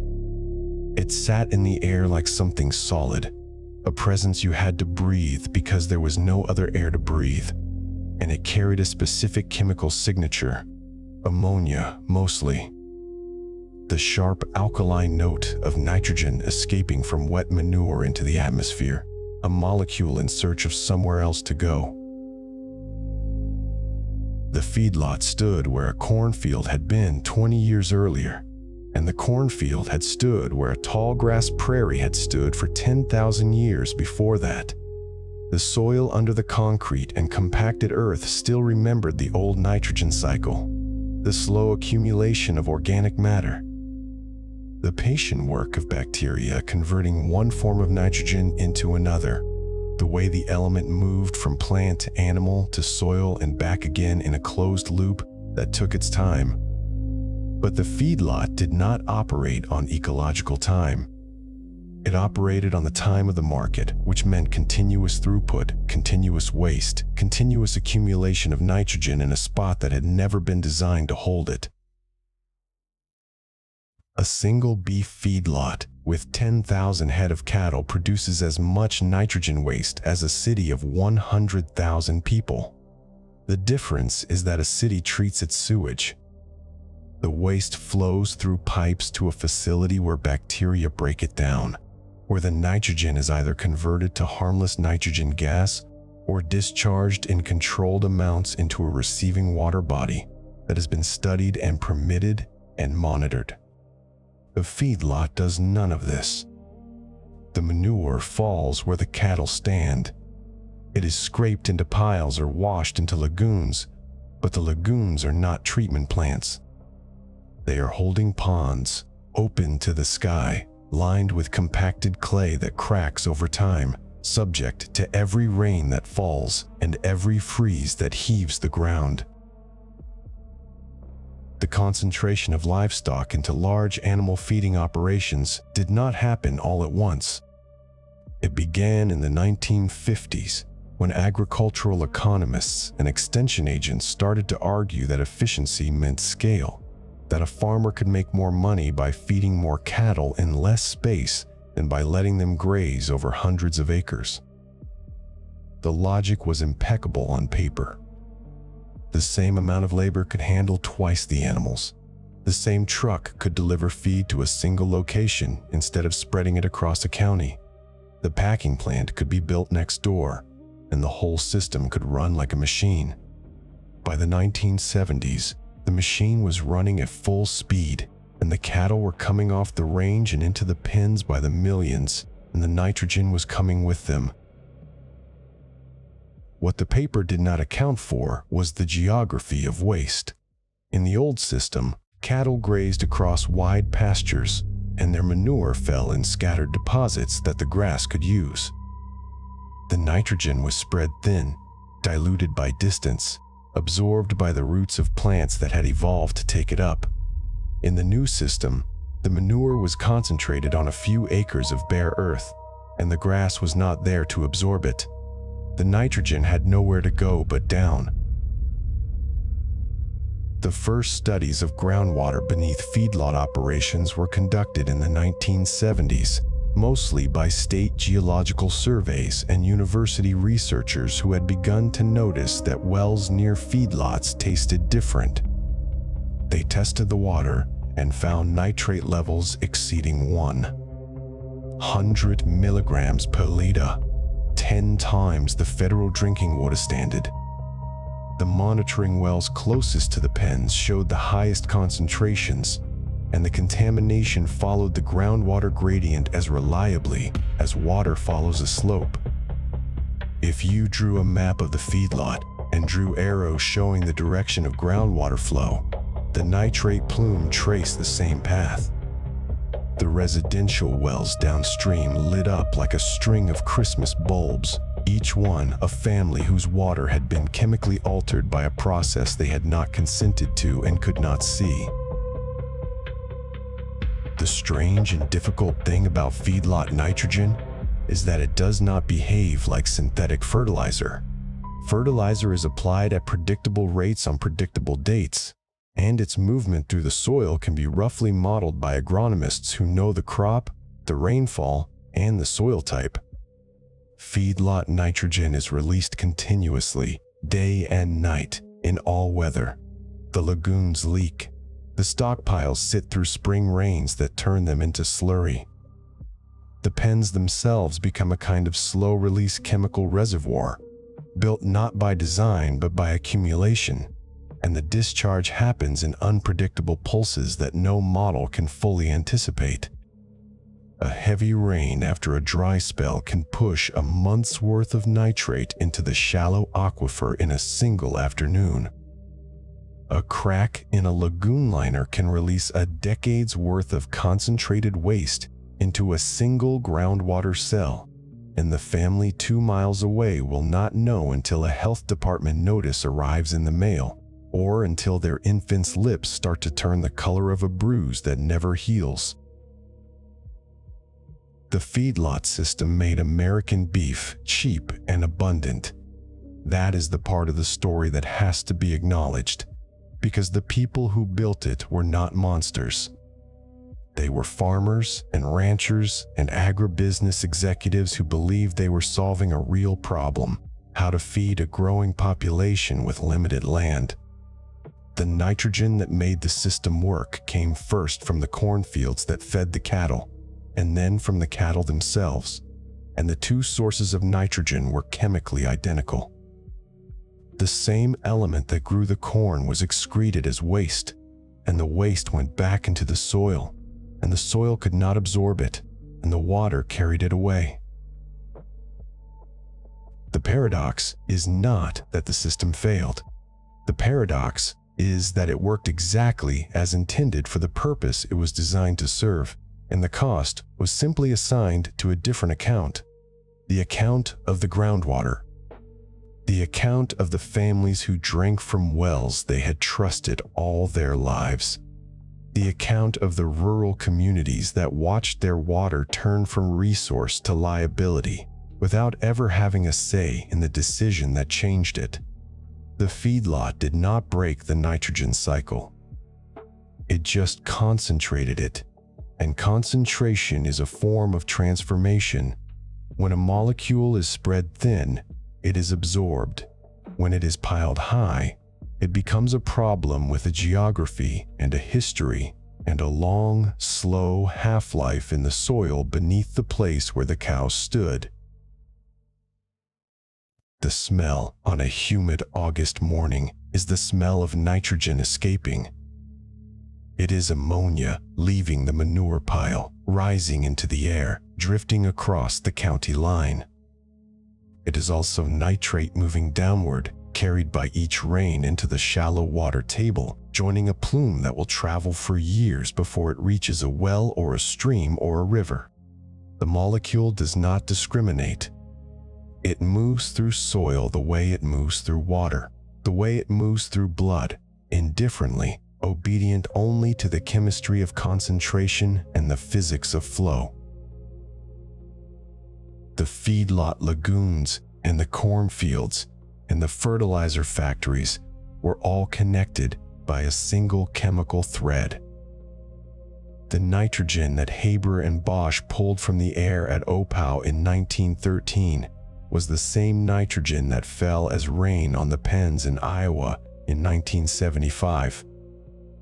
The molecule that turned a baby's blood brown in a farmhouse kitchen in Nebraska was the same molecule that fed the algae bloom in the Gulf of Mexico, 1,000 miles downstream. The thread was thin, but it was continuous, and it ran through the entire system of modern agriculture. And that molecule was about to emerge from the Mississippi River into the Gulf of Mexico, where it would create something that no one had ever seen before: a dead zone the size of New Jersey, a patch of ocean where the water held no oxygen and the seafloor held no life. And the only thing moving was the slow drift of a current that remembered every pound of nitrogen that had ever been applied to a cornfield in the heart of the continent.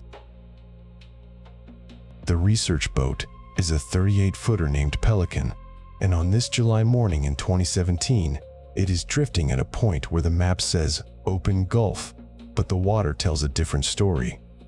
The color is wrong. The surface is green-brown, thick with phytoplankton, soupy in a way that does not belong 30 miles south of the Louisiana coast. The sonar screen shows bottom at 60 feet, but the screen also shows something else: a band of gray between 20 and 50 feet where the return signal thins out. No fish, no shrimp, no marks at all. The line on the screen is not a school of anything. It is the border of a place where nothing lives. The crew lowers a Niskin bottle on a stainless steel cable, lets it fall through the gray layer, and brings up water from the bottom. The sample looks clear enough in the light, but when the dissolved oxygen probe is lowered, the reading drops below 2 milligrams per liter, below 1, then 0.2. That is not water that can support a gill. That is water that has been chemically starved. The Gulf of Mexico dead zone appears every summer, and every summer it is a little different in shape and size, but it is always the same in mechanism. It begins not in the Gulf, but 1,500 miles north, in the tilled fields of Illinois and Iowa and Indiana, where granular ammonium nitrate and urea are broadcast across corn rows in April and May. Rain falls, the nitrate dissolves. It moves downward through the soil profile, past the root zone that the corn cannot fully exploit, and into the shallow groundwater that feeds the tributaries of the Mississippi. The river system gathers this chemical cargo from a basin that drains 31 states, 2 Canadian provinces, and approximately 41% of the contiguous United States. By the time the water reaches the delta, it carries enough nitrogen to fertilize an ocean. The strange part is not that the Gulf responds. The strange part is that it took so long to notice. The first systematic documentation of hypoxia in the northern Gulf came in the early 1970s from researchers at Louisiana State University and the National Marine Fisheries Service. They found a small area of oxygen-depleted bottom water near the mouth of the Mississippi, a few hundred square miles that appeared and disappeared with the spring flood. It was treated as an anomaly, a local curiosity, something that might be caused by natural stratification and the seasonal rhythms of the river. No one linked it to fertilizer. No one thought to measure the nitrate concentration of the water that came down from the Corn Belt. That changed slowly as the dead zone began to grow. By the 1980s, the area of hypoxia had expanded past 1,000 square miles. By the 1990s, it was routinely exceeding 5,000. And in 2017, the measured zone reached 8,776 square miles, an area roughly the size of New Jersey, a patch of ocean floor rendered uninhabitable for every organism that depends on dissolved oxygen. The dead zone does not kill fish instantly. It does not leave carcasses on beaches. It creates a slow evacuation.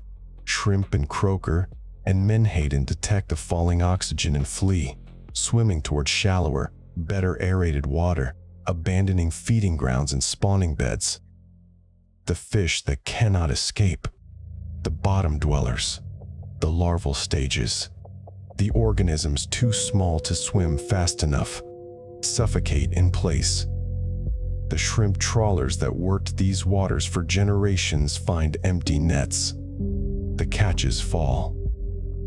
The revenue disappears. The annual cost to Gulf fisheries has been estimated at $2 billion. That number is an abstraction. The concrete shape of it is a dock in Biloxi, where a boat stays tied up through August. A processing plant that shortens its season. A family that has been shrimping since the 1940s, now watching their daughter study nursing because there will not be a boat for her.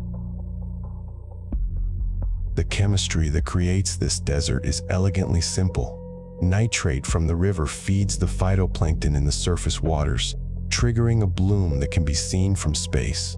A green swirl that satellites photograph and oceanographers track like a weather system. The bloom is not toxic in itself. It is a feast, but every feast produces waste. When the phytoplankton die, they sink into the bottom layer, and there the bacteria that decompose them consume oxygen faster than the water column can replace it. The Gulf is stratified in summer. Warm, fresh river water sits on top of colder, saltier ocean water, and the boundary between them is sharp enough to prevent mixing. Oxygen that is used at depth is not replenished. The bottom water becomes hypoxic first, then anoxic. The chemistry flips. The sediment releases hydrogen sulfide. The water turns the color of old iron, and the sonar screen shows a gray band where life should be. The nitrate molecule that arrives at the Mississippi Delta in June was applied to a field in March. The farmer who spread it did not intend to poison a shrimp nursery. He intended to grow corn. The corn was intended to feed cattle or produce ethanol or sweeten a soft drink. The nitrogen was an input measured in pounds per acre, calibrated to maximize yield. The fact that half of it would never enter a corn plant was treated as an economic inefficiency, not an ecological transfer. The Ohio River carried it. The Missouri carried it. The Mississippi carried it past the grain elevators of St. Louis, past the refineries of Baton Rouge, past the docks of New Orleans, and out into the salt water that had no use for it. The river does not choose what it receives. It only delivers. The dead zone is not permanent. It reforms each spring when the nitrate arrives, and it collapses each autumn when the supply diminishes, and the autumn storms mix the water column back together. That seasonal rhythm has fooled some into thinking the problem is self-correcting. It is not. The dead zone has become a regular feature of the Gulf ecosystem, as predictable as hurricane season, and the recovery periods between summers are too short for the benthic community to re-establish itself. The soft bottom habitat where shrimp spawn is systematically degraded year after year. The species that can flee survive. The species that cannot leave disappear from that stretch of the Gulf entirely.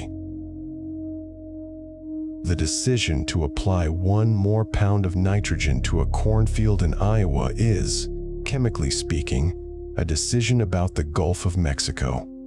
There is no agency that enforces that connection, no court that adjudicates it. The Clean Water Act regulates point source pollution, pipes, and outfalls.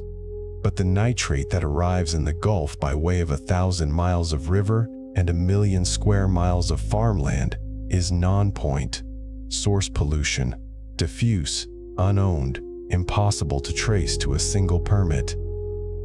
The federal government has spent decades and billions of dollars on voluntary programs to reduce agricultural runoff. The dead zone has not shrunk. It has grown. The satellite images show the plume curling around the delta, green and brown, stretching toward Texas. The research boats sample the same transects year after year, and the data points accumulate into a record that no one can ignore. The record shows that the inputs have not changed. The record shows that the Gulf continues to pay the price of fertility. The river flows on, carrying the invisible signature of a system that produces abundance and waste in the same compound. On the boat, the crew caps the Niskin bottle and labels it. The sample will be filtered, preserved, shipped to a lab, and logged into a database that will be used to model next year's dead zone. The model will predict a size. The prediction will be close to what actually forms, because the relationship between nitrogen loading and hypoxia is now well understood. Understanding does not equal action. The models are accurate enough to know what would need to change, a 40 to 50% reduction in nitrogen loading across the basin, but there is no mechanism to achieve that reduction without transforming the agricultural economy of the Midwest. And the agricultural economy of the Midwest has no mechanism to reduce nitrogen loading without reducing yield or increasing cost. The dead zone is a chemical equation that no one is willing to solve. The water sample is a messenger. It contains nitrate that left a field in Indiana 3 weeks ago, traveled down the Wabash, joined the Ohio, merged with the Mississippi, and arrived in the Gulf to feed a bloom that will die and sink and consume the oxygen that shrimp need. The molecule does not know it came from a cornfield. It does not know it crossed a state line. It does not know that the farmer who applied it is a good person, that the fertilizer dealer sold it legally, that the USDA recommended the rate, that the EPA set a drinking water standard that does not apply to the ocean. The molecule only knows its own chemistry. It moves from soil to water to algae to death. That is the only story it tells. The Pelican turns back toward port. The sonar screen shows nothing below the gray band. The water samples are stored in coolers. The satellite image will be published online, and people will look at the green swirl and think of pollution.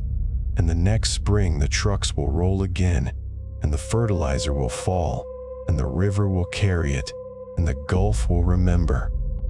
The river does not forget its cargo. The Gulf reads the farm reports. The connection is chemical, invisible, and absolute. The only question is how many summers it will take before the questions asked from the deck of a research boat become the questions asked in a county extension office, in a state legislature, in the office of the agency that sets the rules for the water that nobody owns. The envelope arrived in a plain white government envelope, the kind that means nothing good when you see it in the mailbox at the end of a gravel lane. Inside was a single sheet of paper with a number printed in the bottom right corner, 14.2. The county health department had not sent a letter of condemnation. They had sent a laboratory result. The water in the well that supplied the farmhouse kitchen had tested at 14.2 milligrams per liter of nitrate nitrogen. The federal standard was 10. The letter suggested, in the careful language of public health officials who knew they could not compel anything, that the residents might wish to consider an alternative source for drinking water. There was no signature of authority at the bottom of that letter. There was no legal order, no fine, no deadline. The well was private property, and the water that ran through it was a matter between the family and whatever chemistry had accumulated in the aquifer beneath their cornfield. The county health department could test. They could notify. They could recommend. But the Safe Drinking Water Act of 1974, the federal law that sets enforceable limits for public water systems across the United States, explicitly exempts private wells. The 15 million households that draw their drinking water from beneath their own land exist in a regulatory blind spot, a legal gap where the right to self-sufficiency collides with the fact that contamination does not respect property lines. The irony was that the letter did not tell the family anything they did not already suspect. They had noticed the metallic taste in the water for years. The ice cubes came out cloudy. The white laundry developed a faint yellow tint after repeated washing. But suspicion is not the same as knowledge, and knowledge is not the same as action. Of the families in agricultural regions whose wells test above the federal standard, fewer than half take any corrective measure. The reasons are not mysterious. A new well drilled deep enough to reach uncontaminated groundwater can cost $10,000. A reverse osmosis system installed under the kitchen sink runs between $1,000 and $2,000, with filter cartridges that need replacement every 6 months. An ion exchange unit works well until the resin bed is exhausted, and then it begins to release the nitrate it had captured, dumping it back into the water in a concentrated pulse. The technologies exist. The money often does not. The test strip was still in the kitchen drawer 3 years later, tucked behind the rubber bands in the takeout menus. It had been ordered from a catalog, a pack of 50 for $12, the same kind used by county health inspectors and well drillers. The instructions were simple: dip for 2 seconds, hold flat for 60 seconds, compare the color against the chart printed on the side of the bottle. The color had settled somewhere between 10 and 20 milligrams per liter, a shade of pink that. The chart labeled elevated, but not acute danger. The tolerance for ambiguity is the quietest form of surrender. The family kept using the water for washing and cooking, and, after the last baby was past 6 months, for drinking as well. The acute risk of methemoglobinemia in infants had driven the original standard in 1962, and there were no more infants in the house. The chronic risk, the slow accumulation of nitrate in an adult body over decades, was still debated in the epidemiological literature, still unresolved in the regulatory reviews, still too uncertain to justify the cost of a new well. The plastic jugs appeared on the counter in the autumn of that year, purchased at the grocery store in town, 3 gallons at a time for the formula. The baby had been born in late summer, and the county health department had sent a second notice, this one specifically about infant feeding. The mother had read the pamphlet, nodded, and driven the 15 miles to the nearest supermarket. She kept the jugs lined up beside the sink, their blue caps pointing in the same direction, a small daily ritual of precaution. The tap water was still used for the dishes, for the coffee, for the bath. But the formula was made with water that had been purified by an industrial process hundreds of miles away, trucked to a warehouse, and sold in a plastic container that cost more per gallon than the gasoline used to bring it home. The family had become a small-scale importer of water in a region where the annual rainfall was 40 inches. The immigrant agricultural workers who lived in the rental houses on the edge of the cornfield did not have the same option.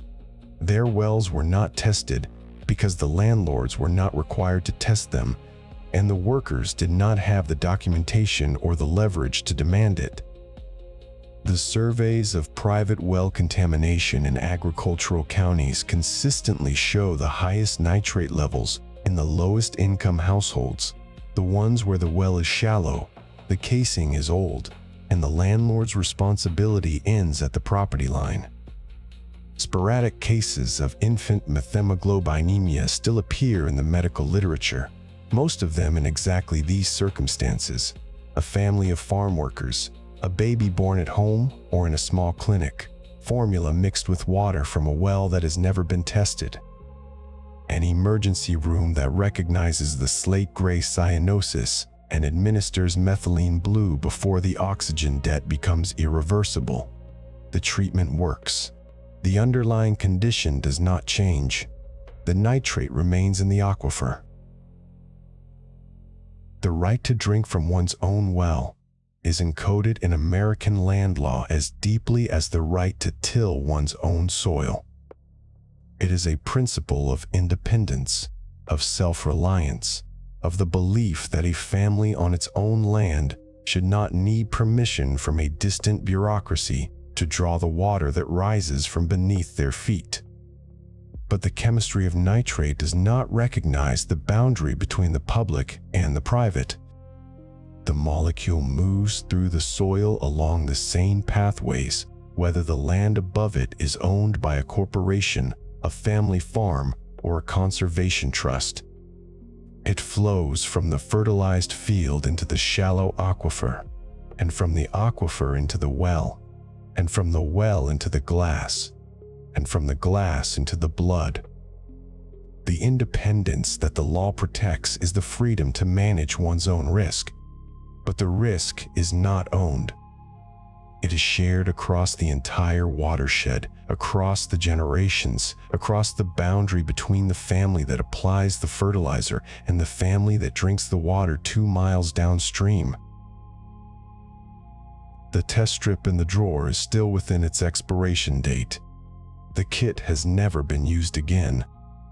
The family knows what it would show, and knowing is not the same as being able to change anything.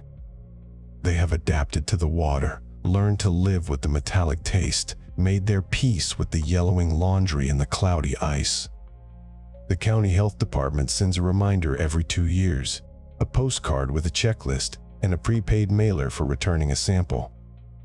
Most years, the postcard goes into the recycling bin unread. The department has no budget for follow-up visits and no legal authority to conduct them. The file in the county office contains the original letter, the laboratory result, and a note in the margin, 14.2 milligrams L as N, notice sent. No further action. The story of nitrate is not a story of villains. It is a story of a molecule that was liberated from the atmosphere by human ingenuity and then dispersed across the landscape by human necessity, and the dispersal has no natural endpoint. The nitrogen that was fixed in a Haber-Bosch reactor in Illinois or Louisiana or Texas does not know that it is supposed to stay in the root zone of the corn plant. It moves downward with every rain, deeper into the soil profile, past the depth that the plow reaches, past the depth that the roots reach, into the saturated zone where the water table waits. It moves slowly, at the speed of groundwater, which is measured in feet per year, not per day. The nitrate that reached the well in 2020 was probably applied to the field in the early 2000s, or the late 1990s, or even the 1980s. The groundwater system has a memory that spans decades, and the management decisions made by a farmer who is now retired or deceased are still arriving at the kitchen taps of families who had not yet moved into the house when those decisions were made. The dark part of the story is not that the system is broken. It is that the system is working exactly as it was designed. The fertilizer industry was built to feed the world. The Agricultural Extension Service was built to maximize yield. The private well exemption was built to preserve local autonomy. The drinking water standard was built to protect infants from acute poisoning. Each of these systems was designed for a specific purpose, and each has performed that purpose with considerable success. The problem is that none of them was designed to account for the cumulative, delayed, geographically dispersed consequences of a molecule that moves through soil at the speed of trust, appearing where it was not expected, long after the memory of its application has faded. The systems do not fail. They simply do not see what they were not built to see. The jug of store-bought water sits on the counter. The test strip waits in the drawer. The letter from the county health department is taped to the refrigerator, where it has been for 3 years, the paper yellowing around the edges, the number 14.2 still clearly legible. It is not a judgment. It is not a diagnosis. It is a measurement, a piece of information that the household now possesses and must find a way to incorporate into the ordinary decisions of daily life. The water from the tap runs clear. It tastes like water. It looks clean. The nitrate has no color, no odor, no visible presence. It simply enters the body and begins the slow work of chemistry, a molecule that was never supposed to be there, doing what molecules do when they are given the opportunity. The retention turn is this. The standard was set in 1962 to protect infants under 6 months of age.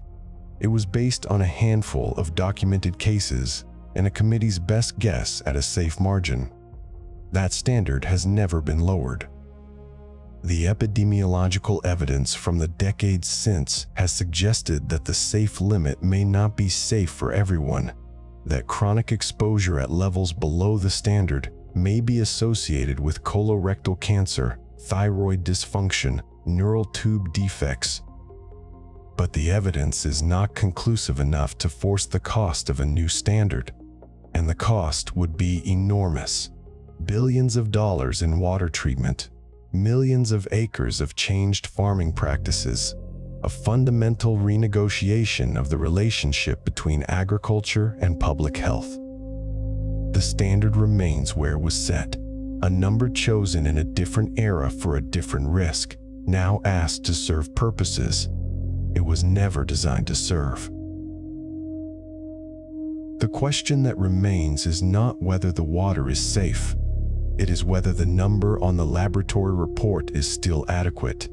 And that question cannot be answered by a test strip, a county notice, or an act of Congress. It can only be answered by time, by the slow accumulation of epidemiological data, by the cost-benefit calculations that regulators will eventually be forced to make. Until then, the families who draw their water from private wells in the agricultural heartland will continue to make their own decisions, one glass at a time, based on a number that may or may not protect them. They will adapt. They will buy jugs of water for the formula. They will line up the test strips in the drawer. They will tape the letter to the refrigerator and try not to think about what the water is doing, slowly, invisibly, in the dark spaces of their own bodies. The tap runs. The water fills the glass. The nitrate has no opinion about the law, no memory of the field it came from, no awareness of the baby who will drink it. It is just a molecule, doing what molecules do, carried by water that has been underground for years, moving toward the surface, moving toward the mouth, moving toward the blood. The archive of clear water is still being written, and the next page belongs to whoever turns on the tap next. There is a kind of rain that falls only in the soil. It does not wet the roof or blur the window. It moves through the dark spaces between clay and sand, through root channels and worm burrows, through zones where the air has been pushed out by water. This is the rain that denitrifying bacteria feel. They live in the wet, oxygen-starved pockets of farmland, and when the spring nitrate arrives, washed down from the fertilizer spread weeks before, they take it as a gift. They breathe it the way we breathe oxygen, using the nitrate molecule as a final electron acceptor. And in that chemical transaction, they release a gas that rises through the soil column, through the plow layer, through the corn stubble, and into the open air above the field. That gas is nitrous oxide. It has no color, no odor, no taste. It leaves the soil in a steady, silent exhalation, invisible even to the farmer standing in the same field. But its patience is not a virtue. It will stay in the atmosphere for 114 years, on average, longer than the lifetime of the person who applied the fertilizer, longer than the mortgage on the farm, longer than the memory of the season that produced it. And in that time, it will do two things that no one intended. It will trap heat 300 times more effectively than carbon dioxide, and it will destroy the ozone layer that protects every living thing on land from ultraviolet radiation. The discovery of the ozone hole over Antarctica in 1985 was a shock that the world chose to take seriously. Nations gathered in Montreal and agreed to phase out chlorofluorocarbons, the refrigerants, the aerosol propellants, the cleaning solvents that were eating a hole in the stratosphere. It was the most effective environmental treaty ever signed. The ozone layer is healing, but the Montreal Protocol did not regulate nitrous oxide. The negotiators did not overlook it. They simply did not think of it as an ozone problem. At the time, agriculture was not on the table. The treaty was built for industry, for cans and refrigerators and foam packaging, not for the bacterial breath of a cornfield. And so, nitrous oxide became the great unregulated ozone depleter. Today, it is the single most important ozone-destroying substance that human activity still releases into the air without constraint. Every spring, as the soil warms and the rains come, the fields of the American Midwest, the European plains, the rice paddies of Asia, the wheatlands of India, all of them begin to emit. The molecule rises through the troposphere, past the jet stream, past the altitude where weather happens, and into the stratosphere where ultraviolet light breaks it apart. The fragments of that broken molecule then attack ozone in a catalytic cycle that can destroy thousands of ozone molecules before the fragments are finally removed. One atom of nitrogen released from a pound of fertilizer can keep destroying ozone for more than a century. The pre-industrial atmosphere held about 270 parts per billion of nitrous oxide. That was the baseline of the Holocene, the concentration under which human civilization developed, under which agriculture itself was invented. Today, the concentration has passed 330 parts per billion. The increase is entirely from human activity, mostly from fertilizer, but also from manure, from burning biomass, from the denitrification that happens wherever we have concentrated nitrogen beyond what the natural cycle can handle. Every year, the line goes up. There is no sign of a plateau. Consider what that number means. The difference between 270 and 330 is 60 parts per billion. That is a small number, the kind of number that appears on a lab certificate for trace contaminants. But in the stratosphere, the chemistry of ozone is sensitive to parts per billion. The chlorofluorocarbons that tore a hole over Antarctica were present at concentrations far lower than that. Ozone does not care about absolute quantity. It responds to the presence of reactive catalysts, and nitrous oxide is one of the most persistent catalysts ever introduced into the upper air. The strange part is that the gas itself is harmless to breathe. Nitrous oxide is familiar to anyone who has had dental surgery or childbirth anesthesia. Laughing gas, a mild sedative, a compound that produces a brief, floating dissociation before the procedure begins. But the molecule that floats out of the soil is not destined for a hospital mask. It is destined for a place where its chemistry changes entirely. In the stratosphere, under hard ultraviolet light, nitrous oxide becomes nitric oxide, and nitric oxide is not gentle. It is a free radical, a rogue molecule that will react with anything, and what it reacts with most readily is ozone. The reaction strips the oxygen from the ozone molecule, leaving behind ordinary oxygen, a molecule that cannot block ultraviolet radiation. and so the ceiling of the world is thinning. Not evenly, not in a single hole that can be watched from a satellite like a wound, but slowly, quietly, across the entire globe. The ozone layer above the mid-latitudes, where most of the world's population lives, has thinned by several percent since the middle of the 20th century. The healing from the CFC ban is real, but it is being canceled out year by year by the rise of nitrous oxide.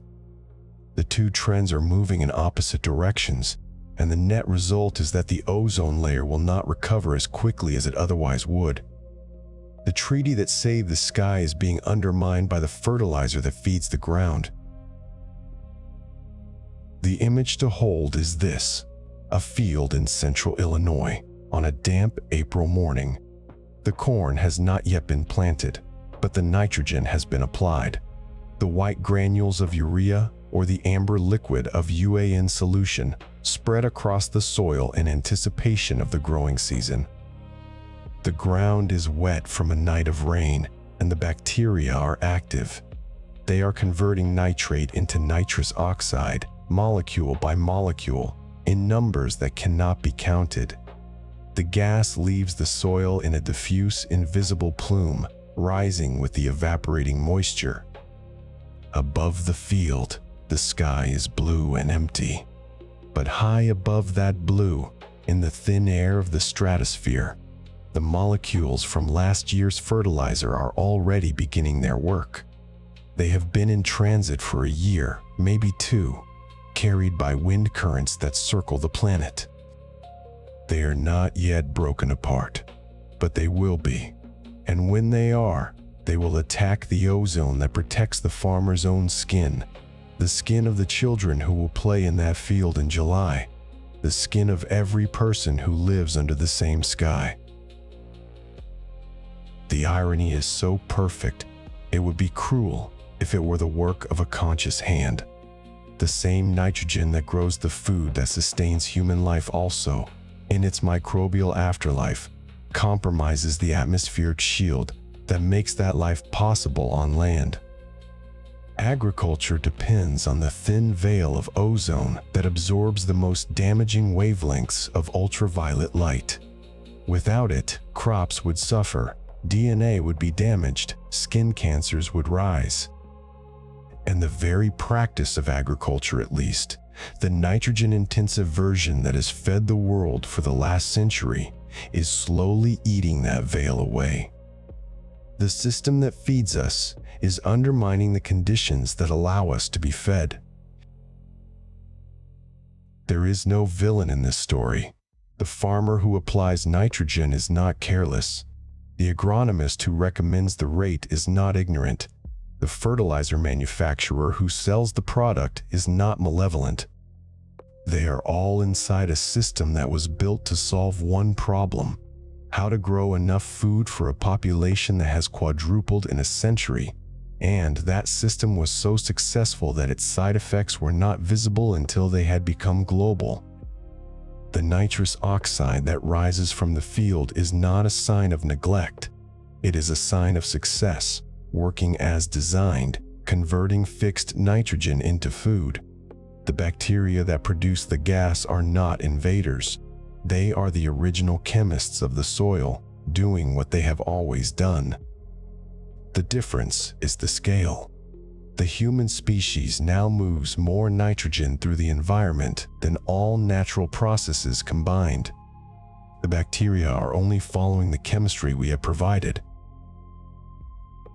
The atmospheric scientists who monitor nitrous oxide have a term for the concentration curve. They call it the Keeling curve, after the famous carbon dioxide record from Mauna Loa. But the shape is the same, a steady upward slope interrupted only by seasonal variations, accelerating as the decades pass. The data are collected from remote stations, Cape Grim in Tasmania, Barrow in Alaska, the top of a mountain in Hawaii.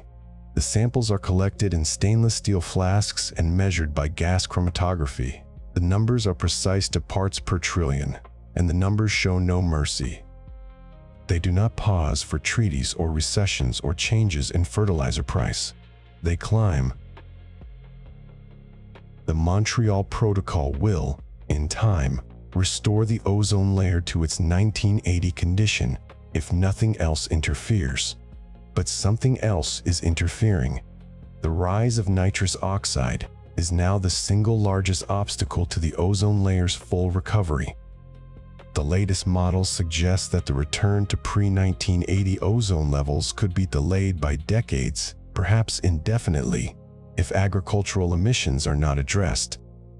The treaty that was called the most successful environmental agreement in history may turn out to have been, in the end, a partial victory. It stopped one class of chemicals, but it could not stop the chemical that came from the very act of feeding the world.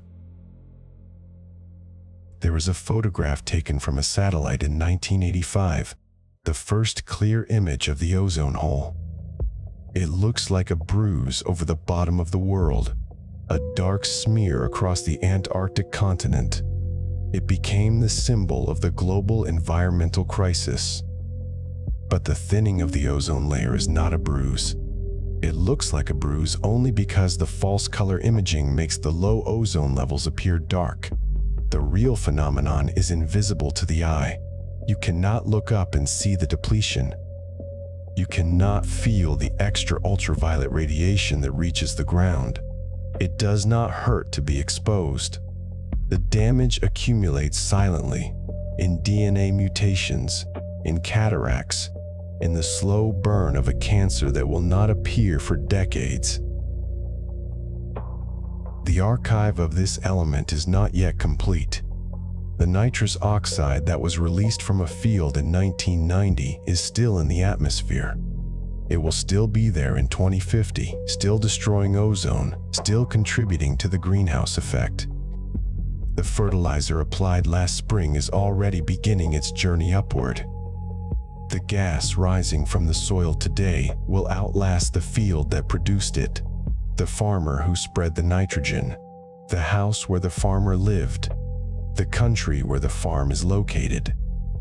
It will be there to greet the next century, and no one will remember the specific field, the specific rain, the specific morning when the bacteria took their oxygen from nitrate and sent that molecule into the air. But the molecule itself will remember. Not in a conscious sense. It is not alive. It bears no malice. It is only chemistry. But it carries a record of its own existence in the numbers that the atmospheric scientists are still collecting. The concentration curve will continue to climb until something changes. What would it take to stop the rise? It would take a transformation of agriculture as profound as the Haber-Bosch process that started it all. It would mean precision application, timing fertilizer to match crop uptake, using nitrification inhibitors, adopting cover crops that scavenge residual nitrogen, incorporating legumes into rotations, reducing livestock waste concentrations, and, most difficult of all, accepting that yields per acre cannot continue to increase indefinitely. It would mean recognizing that the ceiling of the world is as finite as the soil beneath it, that the sky, like the water table, like the Gulf of Mexico, has a limit. That nitrogen, the element that gave us abundance, also gave us a debt that cannot be paid with more technology alone. The debt is still being written. Each spring, a new line is added. The bacteria are patient, the molecules are patient, and the sky does not argue. It simply records what we put into it. The archive of clear water has become, in this final chapter, the archive of clear air. And the air, like the water, is a chemical witness. It holds everything we have released. It will hold it for a century. And when the last bushel of corn has been harvested, when the last farmer has turned out the lights in the machine shed, when the last tractor has rusted into the soil it once cultivated, the molecules we set free will still be there, performing their silent chemistry in the cold, thin air above a world that no longer remembers the fields that gave them birth. The archive is not closed. It is being written every day, and the ceiling of the world is the last page. There is a glass bottle in a basement archive in Washington, D.C. It holds nothing now but dry residue and the memory of clear water. The label is typed, yellowed, curled at the edges. Nitrate, nitrogen, 10 milligrams, L, reference standard, 1962. The number sits alone, unadorned by footnotes or qualifications. It is the line drawn in the sand of American drinking water, and it has not moved in 60 years. The men who set that number sat in a conference room in the summer of 1962. Representatives of the U.S. Public Health Service, a few state health officers, one pediatrician who had seen infants turn blue in Iowa farmhouses. They had fewer than 100 documented cases of methemoglobinemia to work with, not a large ledger by any statistical standard. The margin of safety was uncertain, they wrote in the final report. But setting a standard was better than having none, because the alternative was asking every rural family to test their well water with no benchmark to compare it against. So they chose 10 milligrams L as nitrate nitrogen, a number that was both protective and achievable, a number that farmers could test for and towns could treat toward. It was a compromise struck in good faith on behalf of infants who could not speak for themselves. The strange part was not that the number was arbitrary. The strange part was that it stayed. The Environmental Protection Agency reviewed the standard 3 times after inheriting it in 1970. The first review, in 1977, found no new evidence to justify a stricter limit for the general population. The second, in 1991, looked at emerging studies on cancer and reproductive effects, but concluded the data were insufficient. The third, in 2006, acknowledged the same uncertainty, noted that some recent epidemiological work suggested risks below 10 milligrams L, and declined to act. Each review was conducted in good faith by scientists who understood that changing the standard would not merely be a matter of updating a number on a page. It would mean triggering billions of dollars in compliance costs across the agricultural Midwest, forcing thousands of public water systems to install new treatment equipment, and potentially making millions of private well owners legally responsible for water they could no longer drink without remediation. The number became a ceiling, then a floor, then a fact of rural life. But the molecule did not care about fiscal impact statements.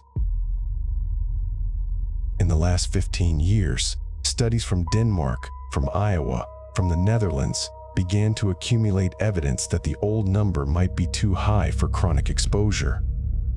A 2018 study of 2.7 million Danish adults found that long-term consumption of drinking water with nitrate levels between 5 and 10 milligrams L was associated with a statistically significant increase in colorectal cancer risk.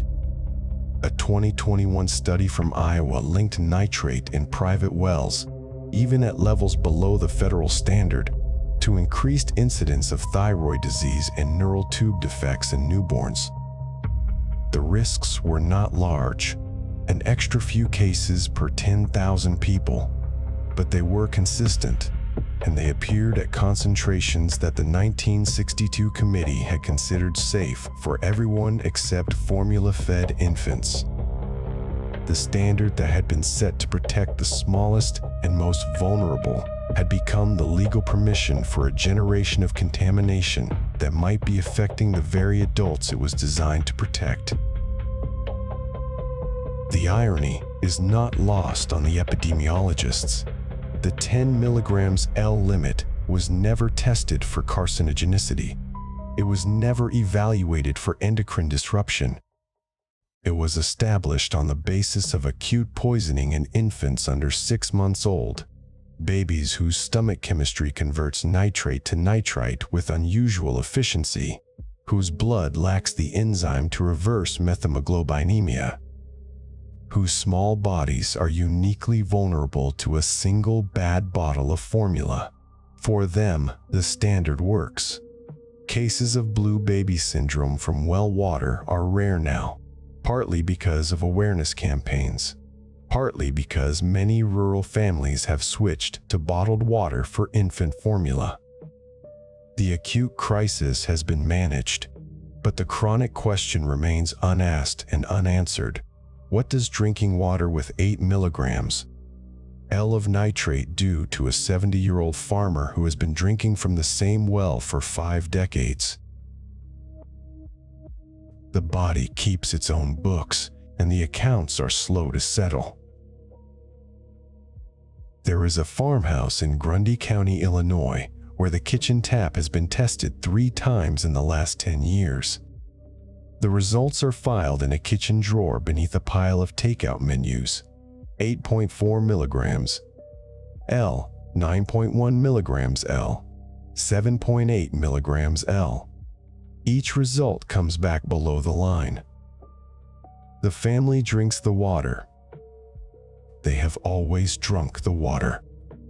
The cornfield that surrounds the house receives its annual application of anhydrous ammonia in the spring, and the rain carries what the plants cannot use down through the soil toward the aquifer, a slow-motion migration that takes about 7 years to reach the well screen. The water that comes out of the tap today was fertilizer applied during the Obama administration. The water that will come out in 2035 is already in the ground, moving silently toward the intake. The central question facing regulators is not whether nitrate is harmful. It is what level of harm is acceptable. Setting a lower standard, say 5 milligrams L, would require millions of Americans to treat their water or find new sources. It would force livestock operations to reduce their nitrogen footprint. It would require changes in corn fertilizer management that would reduce yields or increase costs. No regulatory agency has been willing to impose those costs without stronger evidence of harm in adults, and the evidence is always almost strong enough, but not quite. The standard remains exactly where it was set in 1962, and the debate continues in the same rhythm. A study is published, a review is convened, a conclusion is deferred, and the water keeps flowing. The archive does not end with the last page of the file. It continues in every bottle of well water sent to a laboratory for testing, every infant whose parents were told to switch to bottled formula, every farmer who tries to grow more with less nitrogen, every policy debate where someone asks whether the standard is still enough. The molecule itself does not care about our debates. It will continue to flow through soil and water and blood until the system we have built reaches its own chemical equilibrium. The only question is whether that equilibrium will be one in which humans can live, or one in which the archive simply records how we finally learned what nitrogen could do, long after we had the chance to do anything about it. The faucet runs in a farmhouse kitchen in Grundy County. The water is clear. It tastes like water. It contains no odor, no color, no visible warning. The test strip in the drawer reads 8.4 milligrams L below the line. The family fills a glass and drinks, as they have done for 40 years. The nitrate molecule does not know it is supposed to be harmless at this concentration. It simply continues its work, traveling from soil to root to water to stomach to blood, following the gradient of human agriculture, patient as geology, indifferent as economics, waiting for the science to catch up to the chemistry we set in motion generations ago. The archive is not a building, It is a question written in groundwater, and we are still reading the answer one molecule at a time. What was found below was not a single poison, but a chemical signature written into water, soil, blood, and sky by a technology meant to feed the world. The truth that became visible. The same nitrogen molecule that made corn grow could, through patient migration, turn an infant's blood oxygenless, starve a gulf, thin the ozone, and leave a number on a laboratory report that has not changed in 60 years. The paradox remains. The system works exactly as designed, and the cost is simply assigned to a different account. The cost could no longer be hidden. The well at midnight still draws clear water. The test strip in the kitchen drawer still reads below the line. The lips of a baby in a farmhouse kitchen still turn that particular shade of gray-blue when the nitrate concentration climbs high enough.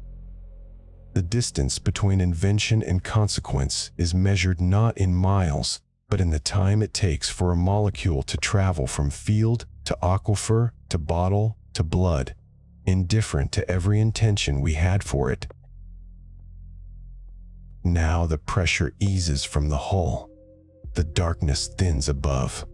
What we carried up from this descent is not a cure, but a clearer understanding of what we set in motion. Some substances are safest when they remain evidence, not experience. If this kind of quiet descent into science and history is what you came for, you can subscribe to the Deep Archive. The archive of clear water is not closed. It is still being written, one molecule at a time, in the silence between the tap and the test.